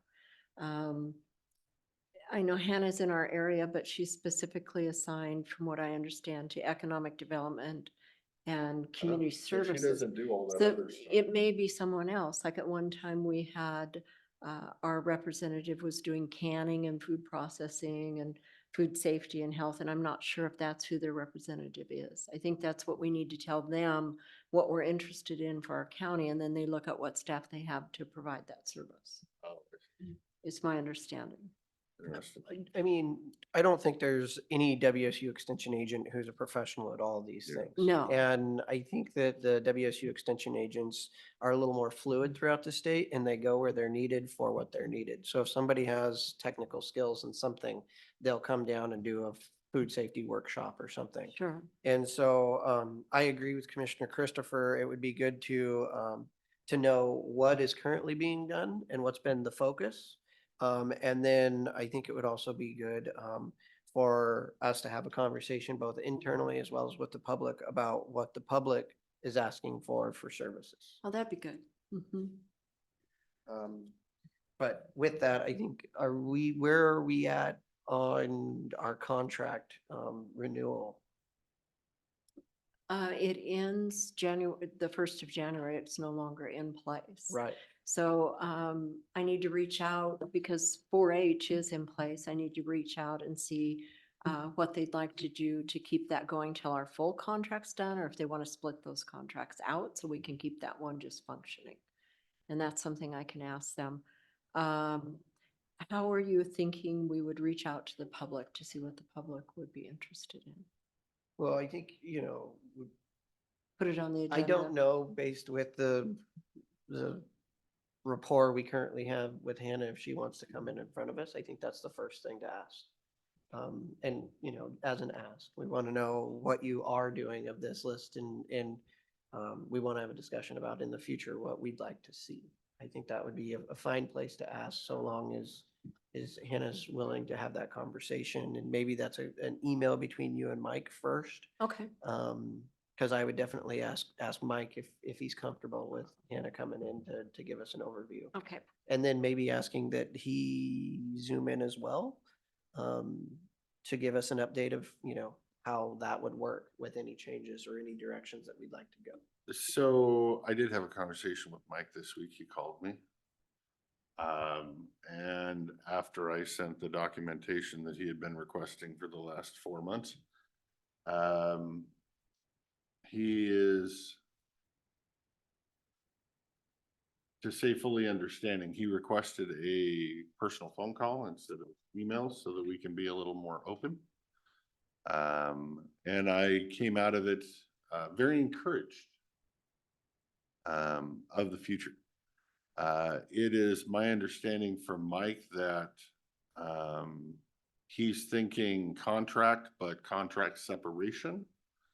That we have 4-H, and according to him, 4-H has a totally separate director, and it's not Hannah. Yes, they do. And so there's absolutely no reason why we can't, okay, 4-H is good to go, here it is, boom, done. Now let's work on what are we gonna do with this other thing, and what programs are we gonna work on, and what are we gonna cover, and if you want public input on what they wanna cover in horticulture and recycling and all that other kind of stuff, fine, but it's not a 4-H discussion. Right. Because 4-H is handled. Yeah. And it's like I told Mike, I'm looking for ways to expand 4-H. Or put more money into 4-H, but I would also say that based on the information that he was presented, he is not going to be even asking, even if we're willing to give it, for more money or a receptionist. They will not be doing that. So just for your knowledge there. But if we did so choose to put in budget authority for 4-H, for pens and paper and surprise and all that kind of stuff, they've done it with other counties that 4-H has budget authority over that budget, or can use that budget, but the director doesn't have budget authority over that budget, which is what would make me feel safe. Putting budget authority back in the 4-H program. So in short, I would say very encouraging. Their eyes are wide open. But they are also very limited in what they can do. So I will reach out today, and so we get 4-H secured. It sounds like we're all on the same page for 4-H. And I'll let them know that we're willing to entertain that contract for 4-H and moving forward to keep it going. And then I'm going to ask his advice, how he'd like to proceed with the other services, because it is their staff. So how do they want to do that? Does he want to be on Zoom with us, and who else does he want there? And how do we approach the services that we're looking for? Because that's kind of the kicker. I have no doubt that Hannah does stuff. I just don't know what the stuff is. I mean, I would like a very detailed stuff list And You know, I do economic development, and in doing that, I've done this. I've done whatever crop growing, and with that, I've done this. well, and for me, because of the relationship we've been in, that kind of puts it to the hot seat. And I'd rather rely on WSU to walk us through how they would like to approach their relationship and who they're gonna supply and how we visit with them. I'd like to, you know, our county should be able to discern what we need for services from that list.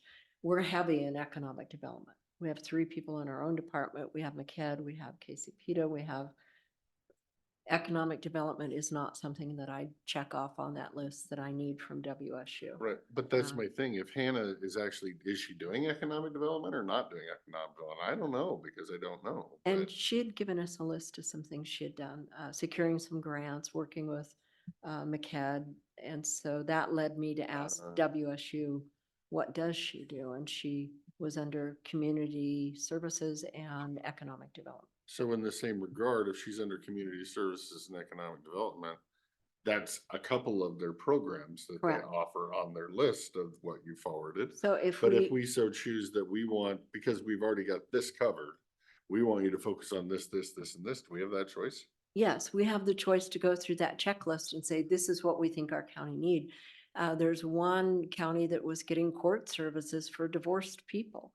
So there's a myriad of things in there they can help supply. I think we just need to see where a gap is, identify it, send it up to them, and then they'll figure out how they staff it. Okay, That's up to them. That's their staff. got it.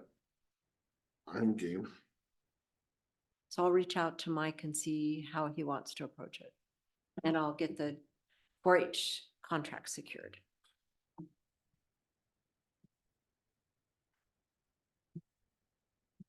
So hopefully I'll hear back from him for next week. And if he commits to coming in on a Zoom and visiting with us, I'll let you know. He did say he's kind of point of contact going forward if there's any issues. Okay.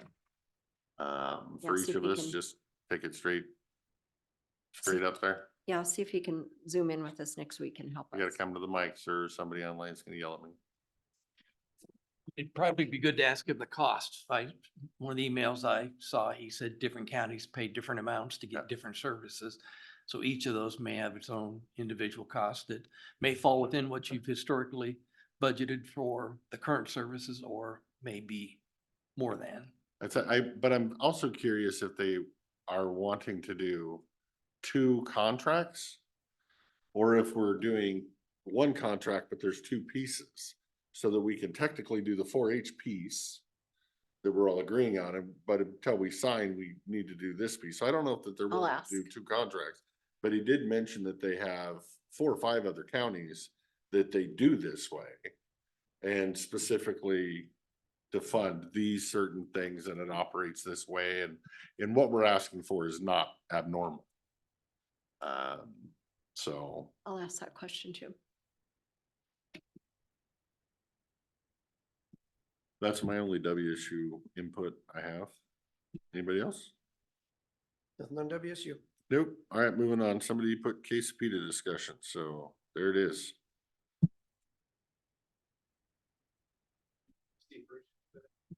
I don't know. I don't know what the discussion is. Thanks, Jane.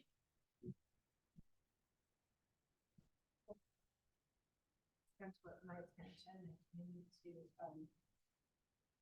declaration of emergency due to inclement weather for this meeting, to be today, so if you could announce that. That we're having this meeting because of a declaration of emergency because of the snow day, ice day yesterday? Okay, is that enough of an announcement, or do I need more specific? We don't know. Okay, so apparently we're gonna type up a declaration of emergency because we're having this meeting on a Wednesday because nobody was here on Tuesday because we had a snow and ice day. In the county was closed for the health, safety, and welfare of the general public to not be on the icy roads, hence the declaration of emergency. That I would assume as soon as you type it up, you're gonna need to type one up that says we're remanding the declaration of emergency because it only lasted for 24 hours. Yes, I'm assuming I'll see those on a future, yeah, for signage. Okay.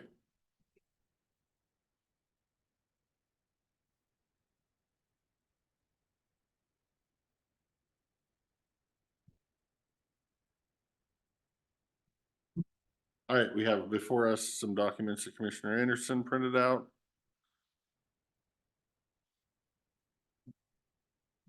Yeah, I just wanted to talk about again the differences in 0.09 and consultations with the cities and towns and what that money is assigned for from the state under the RCWs and make it clear the work that we do with 0.09 through KCPTA has been functioning the way it should function. There were some questions and confusions, and I just want to make sure we're all on the same page with that going forward. Well, again, we're obviously not on the same page.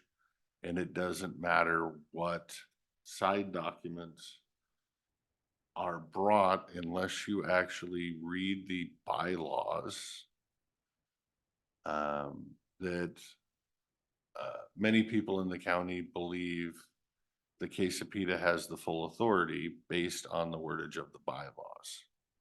So I'm not exactly sure what this document is. It's just It's not the clarification. bylaws. So RCWs trump everything.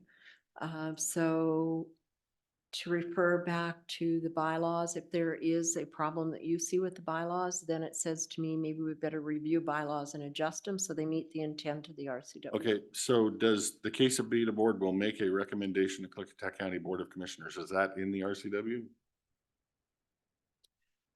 Speak to me. That is in the guidelines and instructions for the $0.09, which is what is in front of you. Because the difference is that the bylaws for the organization are how the organization runs and what the organization has control over. The organization has control not over the $0.09 because according to RCW, the county has control over the $0.09. In the RCW, it requires that you consult with the cities, towns, ports, as well as the ADO. And so what the board has done, previous board. That's undisputed. With Because the, that's what the RCW says, and I don't dispute that. I want to make sure I 100% agree with that part. and so we have guidelines and instructions for the dealing between the $0.09 and how that gets decided upon. And so part of that consultation is how we manage that. And we use Quesapita as, in essence, the recommendation, the same way we use, practically the same way we use for recommendations with the Salmon Recovery Funding Board or many of the other organizations. I understand that is the intent, but that is not the way it's worded. No, that is the way it is, the agreement between this board and Quesapita according to the guidelines and instructions between this board and Quesapita. None of that money goes to Quesapita. The $0.09 does not funnel through Quesapita. So the Quesapita is only making a recommendation to the Klickitat BOCC for $0.09. Okay, well, then we have a 2-1 opinion on the legal findings of your legal opinions. And we can have more discussion on it, but it's still a legal opinion, and no matter how many times you give a legal opinion, it doesn't mean the other person is wrong. And it doesn't solidify your right. And we can have this discussion forever, and it would get us absolutely nowhere. I'm reading the bylaws, not separate documents that I don't know where they came from. I read the RCW, and nowhere in there does it give us the authority or Quesapita the authority. I mean, you're reading it word for word, and I understand what it says. But the document that gives Klickitat its duties is the bylaws. That is the document of the public corporation. That's how it's spelled out. If you don't like that, then change it. Okay. So, I mean, we can have this debate every week if you want, but I don't think it gets us anywhere. I have no problem doing it that way, the way you are pointing out to do it. If that's the case, you need to change bylaws. And If you don't want the money going to blighted areas, then take blighted areas out of the bylaws. Either follow the bylaws or don't, and currently we're not, and it kind of sounds like we're gonna continue to not, and that's fine with me. I just can't sign something that violates the bylaws of a corporation. well, and blighted areas, when you go into state and federal and Department of Commerce surveys and everything that they print, unfortunately, the size and the population and the economy of our county, it fits into those categories at those levels who make those decisions.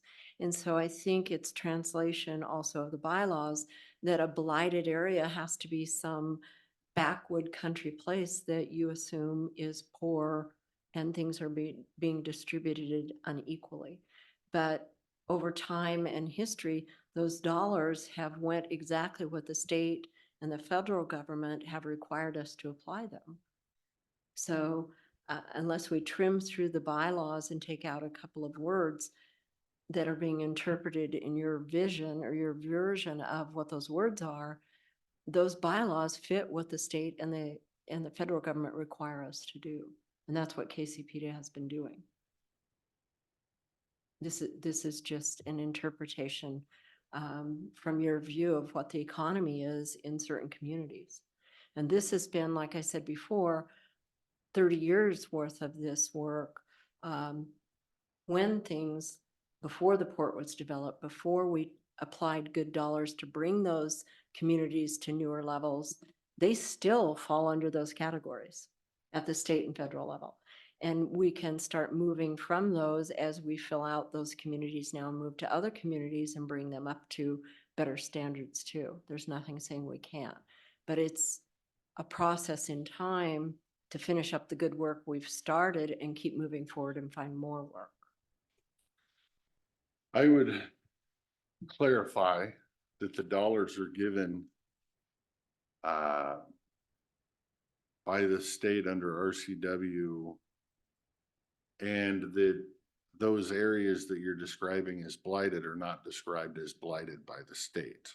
But they are, because I've They're went in. not. Well, you'll have to go do a search and check The the word records. blighted is not there. No, it's not. Correct. That's my point. You're calling them blighted. They're not. But the word blighted is being interpreted because it was put into the bylaws.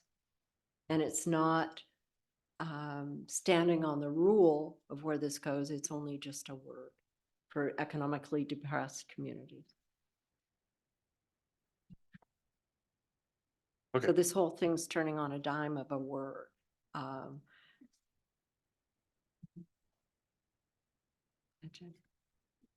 the discussion, you guys put it on the agenda.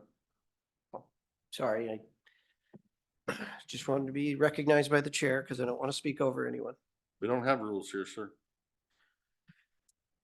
I think that Klickitat has invested millions of dollars in Klickitat County. Much of the gains that we've seen in terms of employment and revenues in this county have come because we've had multiple generations of members on Klickitat, as well as the Board of County Commissioners, that have invested in dirt. They've invested in pumps and pipes and things in the ground so that businesses could grow in Klickitat County and we could turn. I know you weren't here in the early 90s, Commissioner Christopher, but the entire county was blighted. It was probably written during that original bylaws because the entire county was blighted. We had lost sawmills, we had lost aluminum plants. The unemployment rate was very high. And I think Klickitat has done a great job at ensuring that we have diversified this economy. If you would like to propose changes to the bylaws that will help you feel that Quesapita and its board can continue the good work throughout Klickitat County as a whole, which it has always done. I would absolutely entertain any wording that you have to those bylaws. But I don't think that Quesapita has been operating outside of its jurisdiction, outside of its due diligence. Personally, I think it has been one of the success stories in Klickitat County over the last 30 years. Again, as I said earlier, I cannot thank them enough. And by providing this document, I was only trying to, again, enshrine and publicly state that the process that we have been following is the public process that the executive directors of Quesapita has been following since the beginning.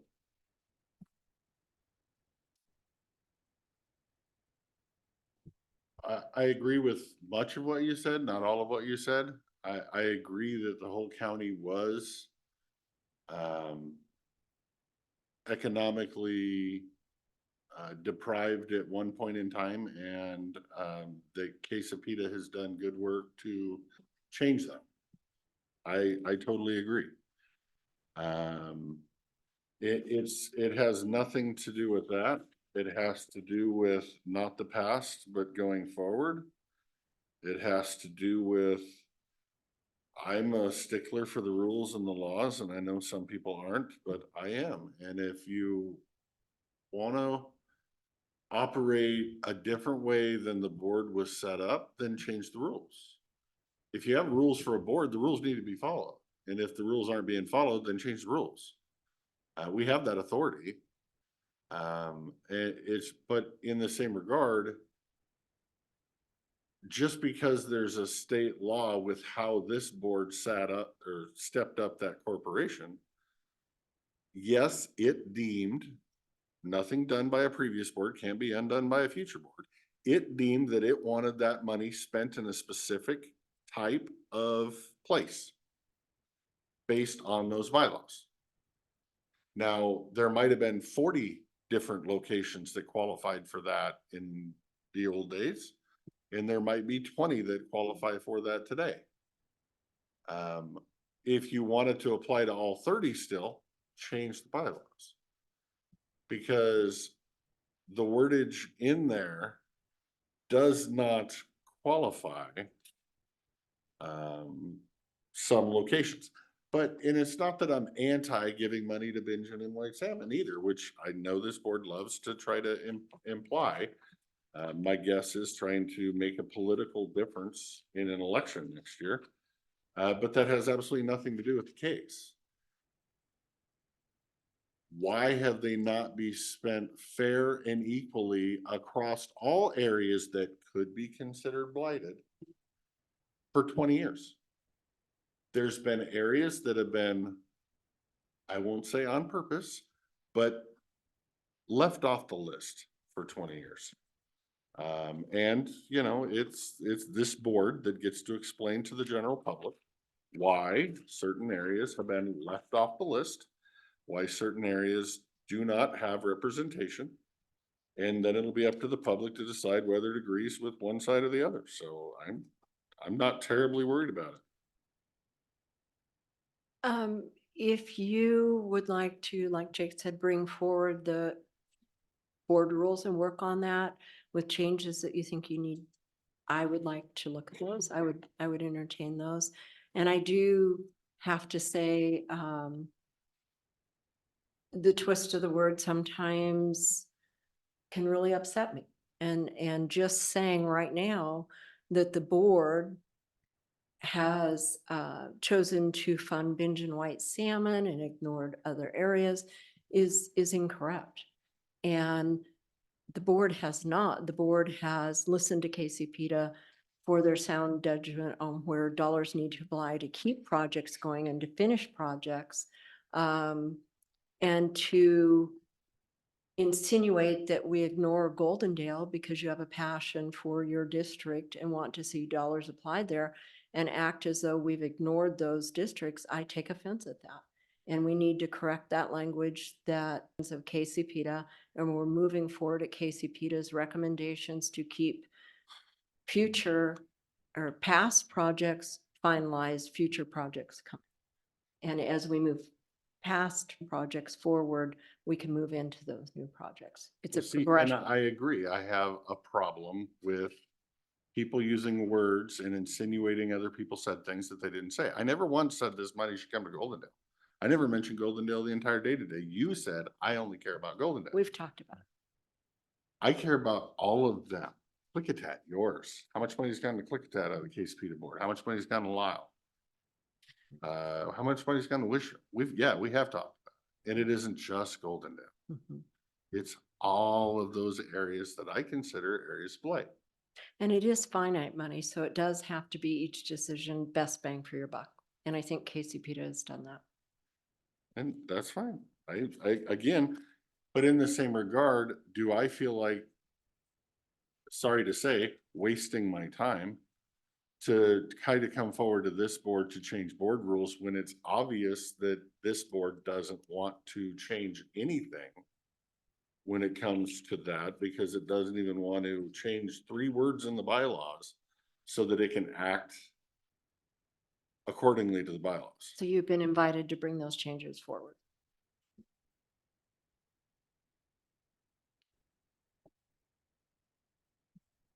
We have the board rules, so you can talk whenever you want. Well, I'm sorry, but it's always nice to be recognized, so that people aren't interrupting. I don't want to jump down this rabbit hole, but you did just insinuate that your seatmates are making decisions based on politics and campaigns for next year. And sir, I take great offense to that. I do not talk about campaigns or politics or running the next election. That is not the first thing that's on my mind. The only thing that I care about is trying to do a good job and make wise decisions for this county. When we get elected, I don't think that we are Republicans or Democrats or anything. We represent all the constituents. We represent them equally, not the people who voted for us or anything else. So yeah, I do take offense to that. And when you say you don't make accusations or insinuations, I just wanted to point out that you just did. And that I believe Commissioner Zoller and I are trying to come up with a way to come to a conclusion from all of this. And that is that from my perspective, Quesapita has been operating as they were designed to do. And in Klickitat County, because some of us drive from one end to the other. And when you make an investment in Dallsport, people from Goldendale drive to Dallsport to work. People from Goldendale drive all the way to White Salmon to work. Loggers drive all over the place. You know, people move. And the dollars that have been invested in this county have made this county better off. And whether you want to see those dollars go somewhere else, that's great.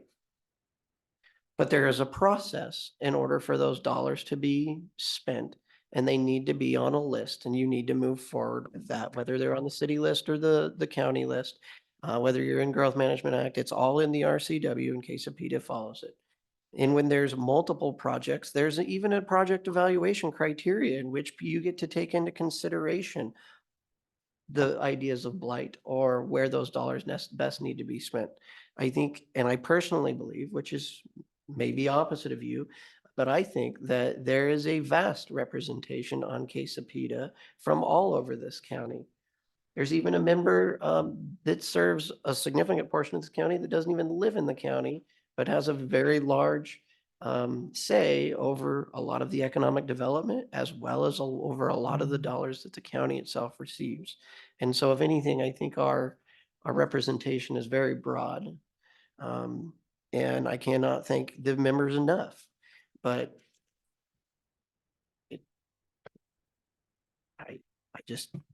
I don't like to talk about things and insinuate things I like for people to just not involve politics or, because I don't think legally you're allowed to talk about campaigns or whatever's next year or whatever you're running for or not running for. I don't think it's right. I don't think insinuating that other people are doing it is right.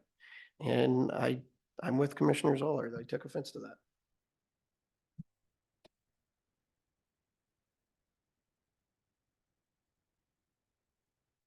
Any other discussion on case PETA? Yes, I'd like to get that off of our list going into 2024. So if you can bring forward your suggestions, I'd be glad to look at My suggestion is that we follow the rules. it. That doesn't help we've- if you're unhappy with the bylaws. I'm not unhappy with the bylaws. I love the bylaws. I want the bylaws exactly the way they are and I want them followed. Unless I know if you'll line item the problem you have with the bylaws, I'll be glad I to don't look have a at it. problem with the bylaws. I like the bylaws. I want them followed. I Then don't if want to you'll change a line word. I item- don't want to do anything.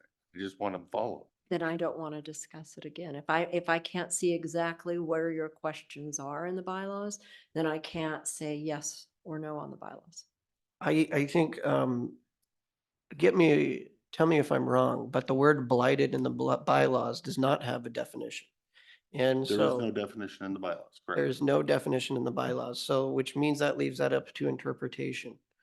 My statement is that the blighted area has been Klickitat County and it is Klickitat County when it was formed.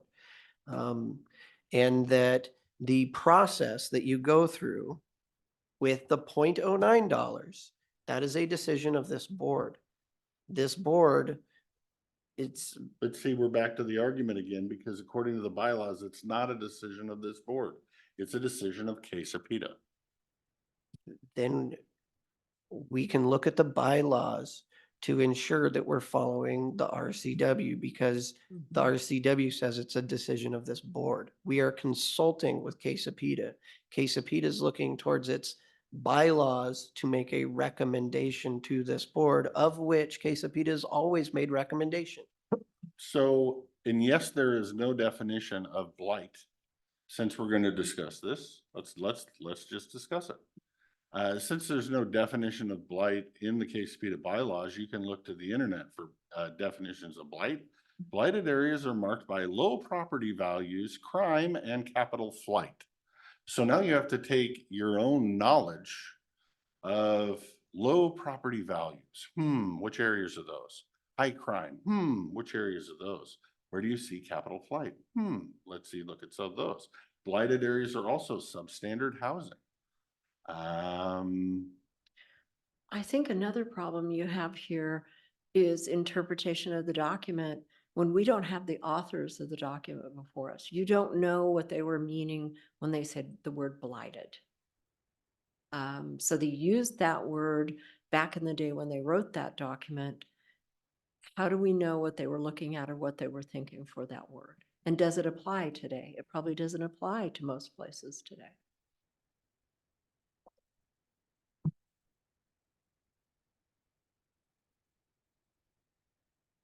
But when you look at Department of Commerce, the federal government and the state as to economically depressed counties, our entire county still fits.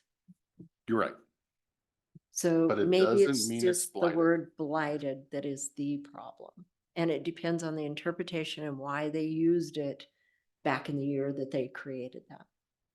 We have no idea what they were looking at or what they saw as blighted.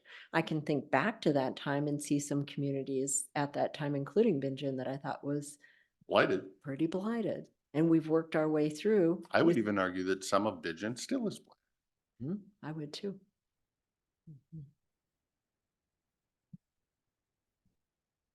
But I guess what I'm looking for is a more well-rounded sharing of those dollars to all of the communities, not just Goldendale. I mean, everybody likes to think I'm only fighting for Goldendale. No, I'm not. All of those areas of blight.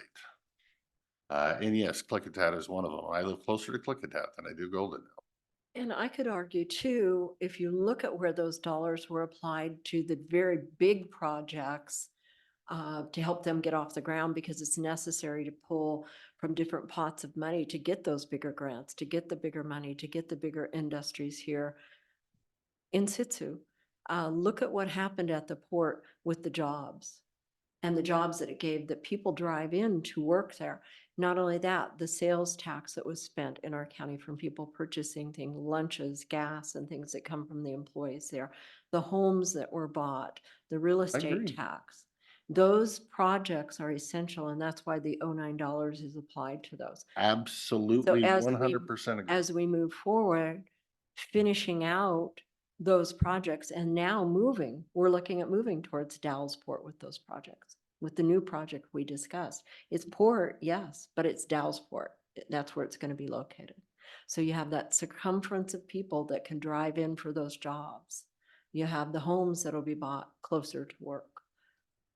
So it does impact entire communities, not just that one small location. I don't disagree, and I would agree that the dollars spent down in Bingen were good dollars spent for a good purpose, and they've done wonderful things. I would say the dollars gonna be spent in the Dalles are also good dollars. If the way it's stated is correct, and it's not, $800,000 for 2 jobs. It can be very good for all of the communities, including the areas that I already mentioned, Goldendale, Lyle, and Klickitat, because they'll be driving to the Dalles for their or Dallasport for their jobs. But my argument is, does this county really need to focus all those dollars on one area for the next 10 years, or can it diversify a little bit? And maybe it can. We'll see. Mhm. That's all I'm asking for. I'm not asking for a full-blown shift. I'm asking for diversification. And so that you show your love for multiple communities and not just one or two. That's what I'm asking. And we have. Okay, Look at Goldendale. We have property here that's developable for industrial areas. There is water, the lots design. There's money that has been spent in Goldendale to allow it.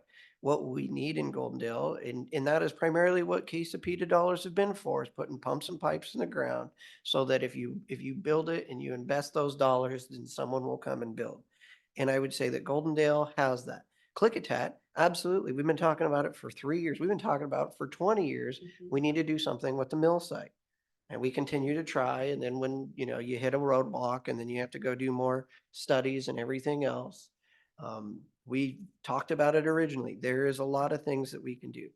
The only point I've been trying to make is that we have been following the process for Klickitat, and that any projects, if you want more money spent on these other areas, then you need to work with the people or work with your seatmates to come up with projects that need to be done in these areas that you think that dollars need to flow to.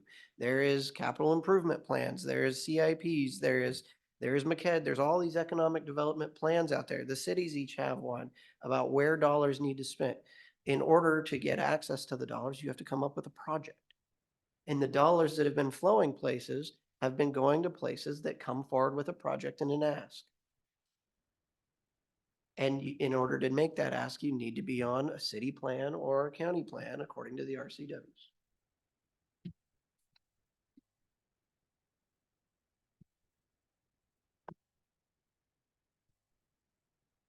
wonderful debate. Anything else?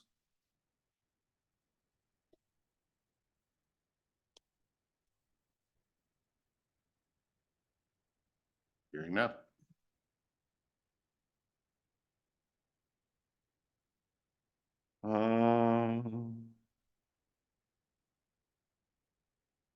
Next item, which I thought we always did in the first meeting of the year, but it's on this agenda, which makes sense. That way we can move chairs and stuff for next year before we need to move chairs and stuff. Election of chair and vice chair for the 2024 calendar year. With that, we normally rotate. So it would be my recommendation to continue to rotate. Which means it's Commissioner Zoller's turn for chair. If she is willing, then I think we should Are you willing? I am willing. Are you, any objections to that? Mr. Chairman, I would make a motion to appoint Commissioner Zoller as the chair beginning January 1, 2024. Okay, I will step down and second the motion. Any discussion? Hearing none, all those in favor of appointing Commissioner Zoller as chairperson for next year, say aye. Aye. Aye. Not gonna vote on that. You're gonna abstain? Aye. Aye. Thank you. Question, parliamentary question, like here, this is the commissioners and the election of chairman and vice chairman. Do you have any issues with using the word chairman and vice chairman? Or would you rather be called chairperson, or how should staff fix our paperwork for the next year? I'm fine with chairman. Okay. Everything the same. With that, the next item is the election of vice chair, and I would make a recommendation that we leave it to the chairman on who they so choose to be vice chair under their charge. I would be willing anyway. Go ahead and make a motion then. Sorry. So I said I'm leaving it to her. Oh, God, this is hard. God, you give me a hard one for my first one. But your first one ain't started yet. Your And I first know one's we next rotate, year. but Jake, would you consider keeping the vice chair? Sure. But I would like to entertain a motion to keep Jake Anderson as the vice chair for 2024. I'll second, I guess. Okay, we have a motion and a second to make Commissioner Anderson the vice chair for 2024. All those in favor say aye. Aye. Motion passes.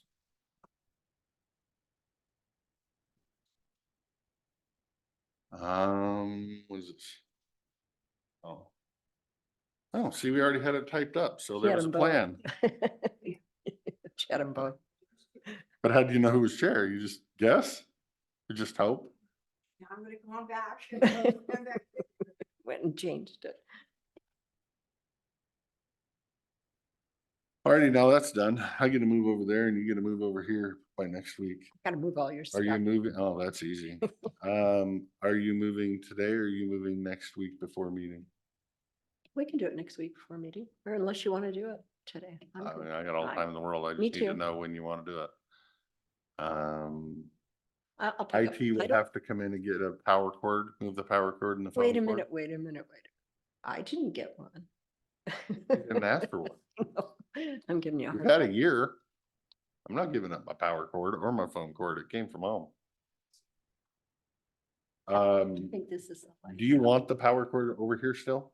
Yes, I would like to have Okay, a power then cord, have them put a power cord in that spot. because I've got a And I'll breaker just bar, move the phone cord. and he'll get tangled up in that breaker.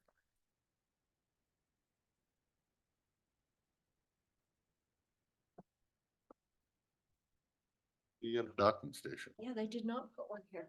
See, I want to move over there so I can hide behind the computer screen like he does. Over here, if I put a computer just to block that camera, it'd be a little more obvious than he's got it over here. Are these done, Dan? Those are, yeah. Okay.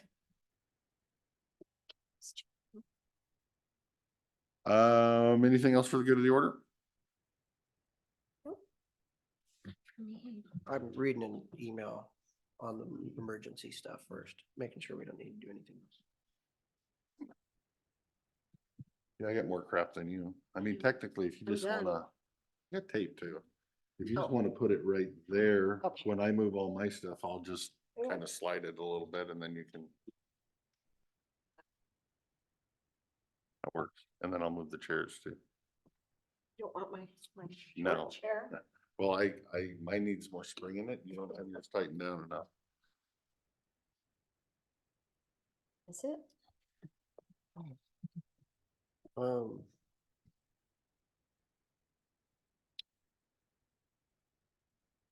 Oh, you need to sign these real quick. Being that this is your last meeting, would you like to say anything to the public about your year's chair? Lessons learned, all the good things that have occurred. I wasn't planning on it. I would just say that we definitely have had contentiousness this year, but I do believe it was less contentiousness than last year. And I am curious to see what next year brings. But with that, we'll go from there. In ways I've enjoyed it, and in ways of workload, I have absolutely not enjoyed it. So I will be very happy to pass off all the chairman duties to the new chair. It is surprising, isn't it? Another learning curve. In other words, I don't have to sleep with my phone anymore in case it snows and the phone rings.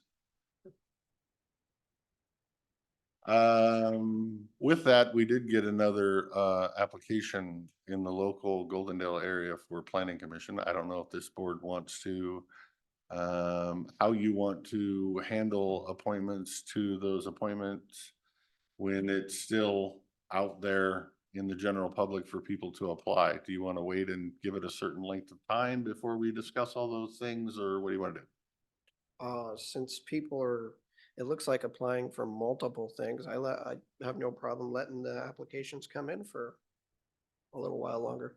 Okay. Since we advertised for it, it would seem, for all the things that we advertised, it would seem a little early to make the decisions. Well, I don't think the advertising really honestly makes a damn bit of difference, except in District 3, because the newspaper, as the paper of record, gives us their stuff at the beginning of the year, and they sell like 500 papers. Those papers are 99% sold to the city of Goldendale. So the only people getting that advertisement are the people in my district. I would still say that I would venture to guess that 99% of the population outside of the Goldendale and Centerville Valley has absolutely no idea we're taking applications. Just because we're only advertising in one spot, and that's the Goldendale and Centerville Valley. So if your intention is to actually get more applications, I think this board would, from a well-rounded community base, I think this board needs to do more to advertise its openings in Bingen, White Salmon, Lyle, Dallasport, Glenwood, Trout Lake that don't receive the Goldendale salmon. But that's just my personal. How would you do that? How would I do that? Yeah, what other avenues would you use for the advertising? Well, the avenue that 90% of the population uses is Facebook. In their various community, So down. nope, No. in their various community forums. Which most of them only have one. City of Goldendale has 10. Oh yeah. I thought that I only said C2. No, it's everything, and everything not included, and exclusively everything, and yeah, no. Sometimes the people in Golden have a little too much free time on their hands. But all the other communities just have one. Some of them are not as actively used, but I do believe. White Salmon has multiple too. I do believe it would be wise to advertise it. I have 3 in my district. I have Goldendale. Well, I have the 10 in Goldendale, which there's a couple of main ones, and then there's one in Bickleton, and there's one in Roseville. I don't have a problem posting on the ones in my district, just so everybody is aware of it. If you guys want to post on the ones in your district, that's how I believe you would get the message out across the county and more than just in the Goldendale area. Okay. One thing that we've had discussion for many years, it seems, is a Facebook page for. Yes. But then, we jump down rabbit holes, and then we look at the requirements to allow public comment or not allow comment, and how you're going to keep it all, and all the programs. And, we talked about it when you and I got first on the board. Is that a direction that the board wants to go in 2024? It's not a direction I want to go, because I don't believe we would be posting on it. We would have to give staff directive to post on it. And be posting things that are in line with all 3 commissioners and not contentious amongst any commissioners. So that staff doesn't feel they're slighting one of their bosses by making a post. I do think it can be useful if it's used as a board educational tool so that the board can sit and have dialogue for a half an hour and work up the actual comment that's going to be posted to talk about the mental health services that we now provide or whatever the radio tower that just got built. And we want to come up with that wordage and hand it off, and then it gets posted on fine. But if it isn't a unanimous board decision to make the post, I wouldn't want to post it because now you're speaking for all three commissioners, Do you know other commissioners or counties that use it? not as a three-person. Well, I don't know. I haven't looked. Most of the people I see are individual. I don't know if there's a board of I was just Facebook page. wondering how many people really used it, checked into it, and how valuable it was. It depends on how active it is, and my personal, I wouldn't say personal, my business, or my county Facebook page, because I have a personal in the county. Because you can't play politics on a county one, so the politics are on the personal one, and the county business on the county one. Has not been as active as I would like it to be. And so that is my goal for next year as I get rid of some of the chairman duties is to get mine back to an active status.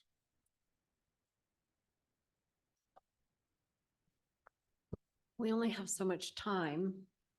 And with all the issues we work on, for me, I'm not a social media person. So for me to think about this and think that's a way that a lot of people would check in and find valuable, I have to question it. We have our regular website. If I'm looking for something, I always go to the websites. People can click on a meeting, watch a meeting. They can go back in meeting minutes.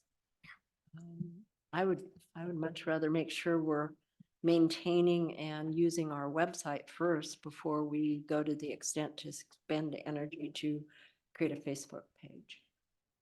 And that's my personal, I'm just not that social media person.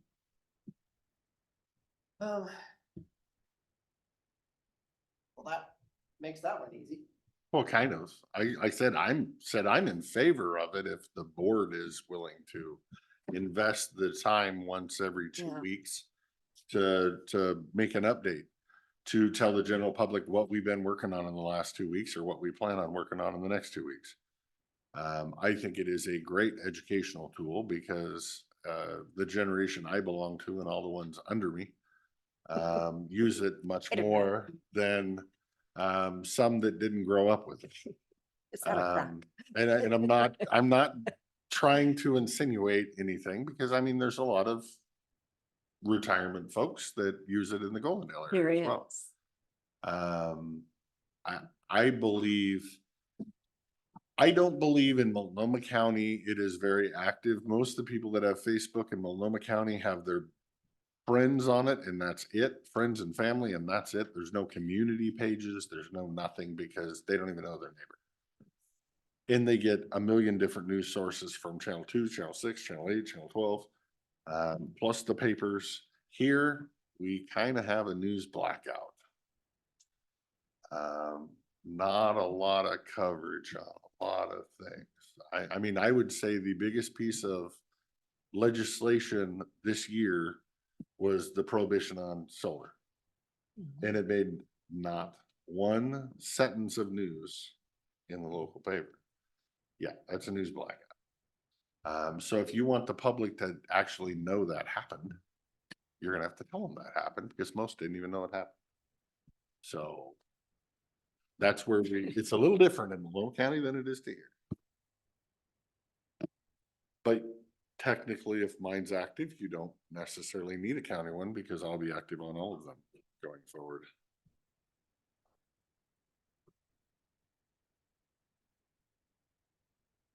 True.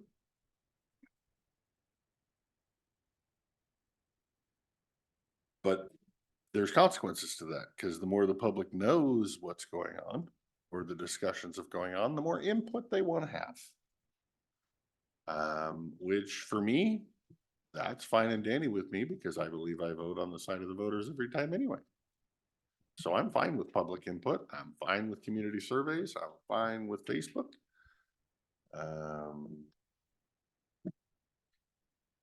But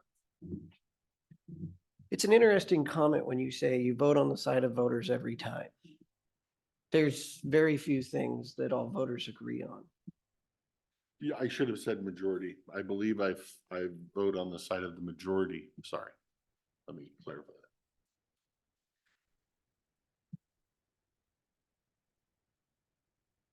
that. I'm not even gonna go there. The only other thing I could ask is Commissioner Zoller, is there anything in 2024 you'd like to focus on in your chairmanship that you'd like to discuss?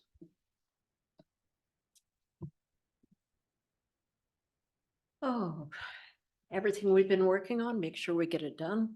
I'm looking forward to filling the position for planning department. And when we do that, I'm very interested in moving forward with at least portions of the comp plan to get us moved into the future. It affects everything we work on. I'm looking forward to our fiscal management and how we're going to take a look at the county going forward, so that gives us a strategic plan. So that gives us a 5-year look, so we know where we're going and what we're spending and what we need to get in to do that. So those are two of my very big focuses, is the comp plan and the budgets.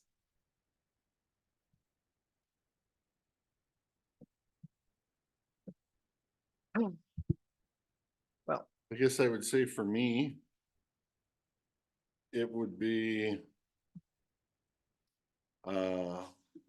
budget again, which is kind of number one, is getting the county where I think the people, where I believe the majority of the people want it to be. Another one for me would be, oops, missed one there. Okay, gosh, what a day. Would be continuing the work that we did with the Title 12 road updates that are going to hopefully reduce the burden on home builders, because they should be able to put in their driveways and roads at a cheaper price now, that we might be able to make a better impact through that on affordable housing. I think this board needs to focus more on available housing, workforce housing, not only in Goldendale with the projects coming, but also in the White Salmon area, because they obviously have a problem over there with, food servers not being able to afford living there. So we have an affordable, I don't want to say affordable housing, because that's up to interpretation. Workforce housing problem. That while we may not be able to fix, it takes a builder to actually build something. We can encourage cheaper housing options, I won't use the word affordable, through how we legislate and the codes we put in place via driveway standards and or ADU acceptance, because you now increase the number of available units, albeit rentals. They're going to be going for a cheaper price because they don't have to buy land and everything else. So I would hope that we would work on more affordable housing options and workforce housing options, not only in the Goldendale area, but Dallasport will need them if it gets economic development down there. And White Salmon is obviously in dire need. Some of those can use some of the affordable housing dollars that Richard was talking about, which I would focus those primarily on White Salmon area. But legislation wise, we can make changes that, let's just throw out, add a little bit of area to Goldendale and change that to 2-acre lots. That's less price for somebody to build on. It allows Goldendale to kind of creep out expansion wise.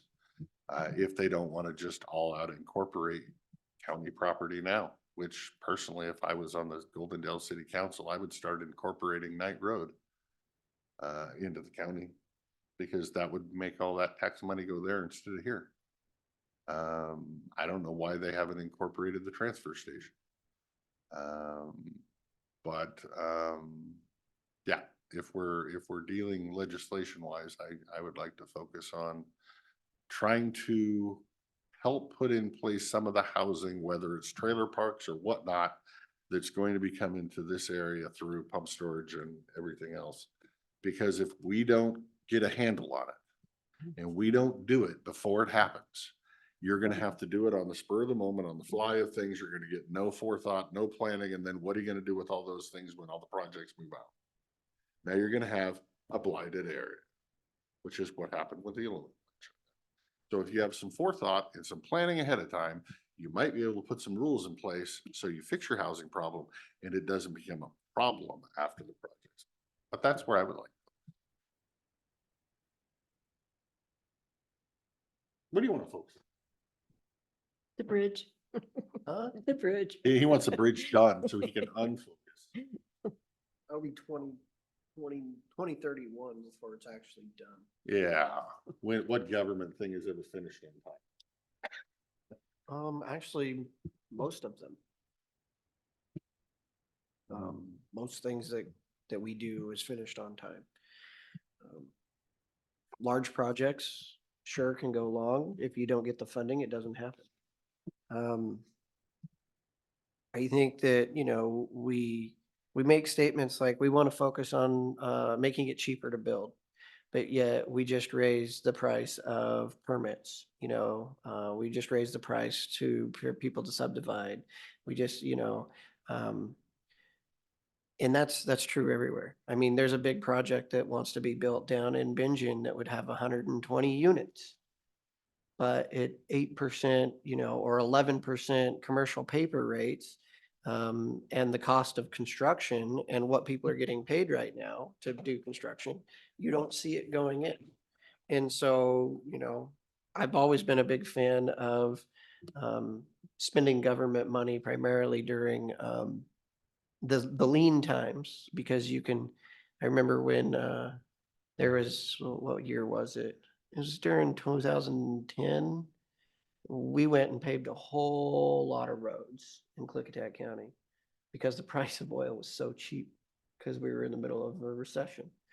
And so sometimes I think, it's not the way government works, and it's not the way most people work anymore, but I like to save my powder for the times when you need to give a push to the private sector and get that money out there.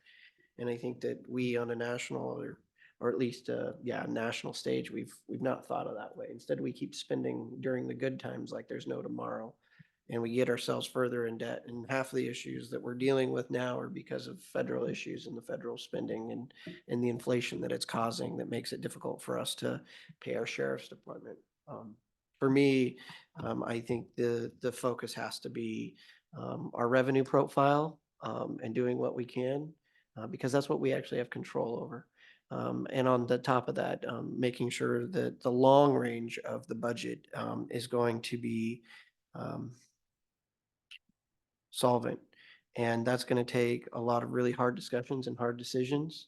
But I'm always willing to have those because the numbers don't lie. The numbers are the numbers. And it's going to be a challenge. And I think we still in Klickitat County are better off than anywhere else in the state. All these other counties are in the same position that we're in, but they've pulled all their levers. They have no more sales tax that they can raise. We have the cheapest sales tax here in the state. If we wanted to, we could pull a lot of levers. They'll have huge impacts on the constituents. But in the end, we have more ability to be maneuverable in this county than anywhere else. And I am thankful that I continue to live here. And I'm thankful for the past 30, 40 years of very fiscally conservative boards that have made tough decisions that have allowed us to be in the position that we are to be able to weather this next storm. where a lot of other places can't. So I think sometimes staying the line is important. You know, when I first got elected, there was a lot of changes I wanted to see. And I quickly realized that the most important thing we need to always be thinking about is the unintended consequences of our actions. And while change is great, you always have to think about what's the cost of that too. And if you're not taking a full service picture of that, you're bound to sometimes make the problem worse rather than fixing it. And that's always at the forefront of my mind. I can really agree with all your comments, Jake, and it does worry me going into 2024 with the state and federal government. And I think it's going to really take, like you said, some hard conversations, but some very considerate conversations between this board. And two words that come to mind are we're going to have to be flexible and we're going to have to be creative going into 2024. I don't disagree, but flexibility is a two-way street, and I haven't personally seen a lot of, I think I've flexed in a lot of ways. But I don't believe anybody's flexed back. So, it also comes down to budgetary priorities. And are you tax and spend? Or cut and only tax because you need to? You can't say, I cannot go to the voters out there and say, pass a voter levy, and I'm fiscally conservative when I haven't made hard choices. That's the easy way out. Sure it is. For sure, great. You didn't have to make anybody angry. You didn't, it was great. It was easy. That's not a conservative's, fiscal conservatives methodology. You make the changes that need to be made changes. And then if you have no other levers, then you go and say, oh, you have no other levers. But if you have other levers and you're just afraid to pull them, then that's not fiscally conservative. So again, it's going to be, I hope, give and take, because it's politics and it's a board of three. But because it's a board of three, it doesn't have to be give and take if two are always against the one. So we'll see. And for me as chair, it would be flexible and creative to the very last moment before I ever pull a lever. I want to see us move through things and think creatively, use our staff, use our resources, become flexible and find those creative ways to get through what we're facing in 2024. With Commissioner Christopher's statement, we have all went through, and now Commissioner Zoller's been through one budget cycle. We have taken multiple different tacks on the budget. We have not grown the budget per se. We have created new programs, but they are completely and fully funded by state dollars. We have asked for cuts each year. And then we've also went line by line through a budget, through multiple budgets, line by line. It took us a long time. There were not many times when we've ever disagreed. And so I would really be interested in where Commissioner Christopher sees these cuts to occur before we start pulling these levers, because we've had years to make these hard decisions and hard cuts. And with our current level of services, I really want to know where these dollars are available that we're going to make these cuts. Again, I've said the same thing in the same places, in the same locations, in the same areas of our budget, year over year over year. If you don't know, you haven't been listening. So if you want to try to get me on the record to be a bad guy, I've already told you where they are. It's whether you want to do them or not. And if you don't want to, then don't want to. That's fine. I have been very open about where we spend our dollars, that I don't believe it was a good thing at the time, but it's also something that I don't think the general public can go forward thinking it's a good thing to continue. I also believe the general public should be asked, what programs or services do you want? Where do you spend your money? Where do you want to see us have? That takes a community survey, which I was the only one that wanted to hear from the public. I will remind both of you, you both said that if the public wants to comment, they can come here at 1 o'clock and comment. So I don't know how you're going to make any cuts or program restructuring like Public Works is doing as they go through attrition. They're restructuring. That's all I'm asking for. I have no intentions of laying anybody off. I would like to restructure it well ahead of that time. But if we don't, then you get the harder consequences of not forethought and not planning and not restructuring. And then if you have to do that and you're doing it based off what you feel the community uses or what programs they want or what services they want, then that's up to you. I believe we need to listen to the community. The people of the county, not just my Goldendale community. Well, I think we're kind of speculating on what we think that budget will be as usual. And when I said the words flexible and creative, it was because going forward in 2024, we're in uncharted waters. And we don't know what's going to come our way for legislation and also economy. And I'm thankful for the finance team and for Jen in particular to sit down with us and have sound advice, because I think we're going to be doing a lot of quick brainstorming when things come our way this year. I think we're going to have a very surprising year. It'll be different than any other budget year we've seen, I think. I'm afraid. Yes. And so I want to go into it very conservative, not talking about cuts or changes or what we're expecting that we're going to roll through normally. I don't think we're going to see a normal financial year this year. I don't think anybody in this economy is.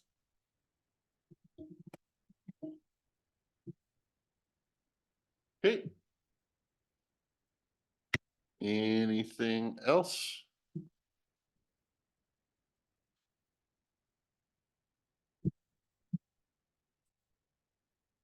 That I would entertain a motion. So moved. I'll second. I have a motion and a second to adjourn until next week, where I get to sit over there and not talk for you. Any other discussion? Hearing none, all those in favor of adjourning until next week, say aye. Aye. Aye. Motion passes.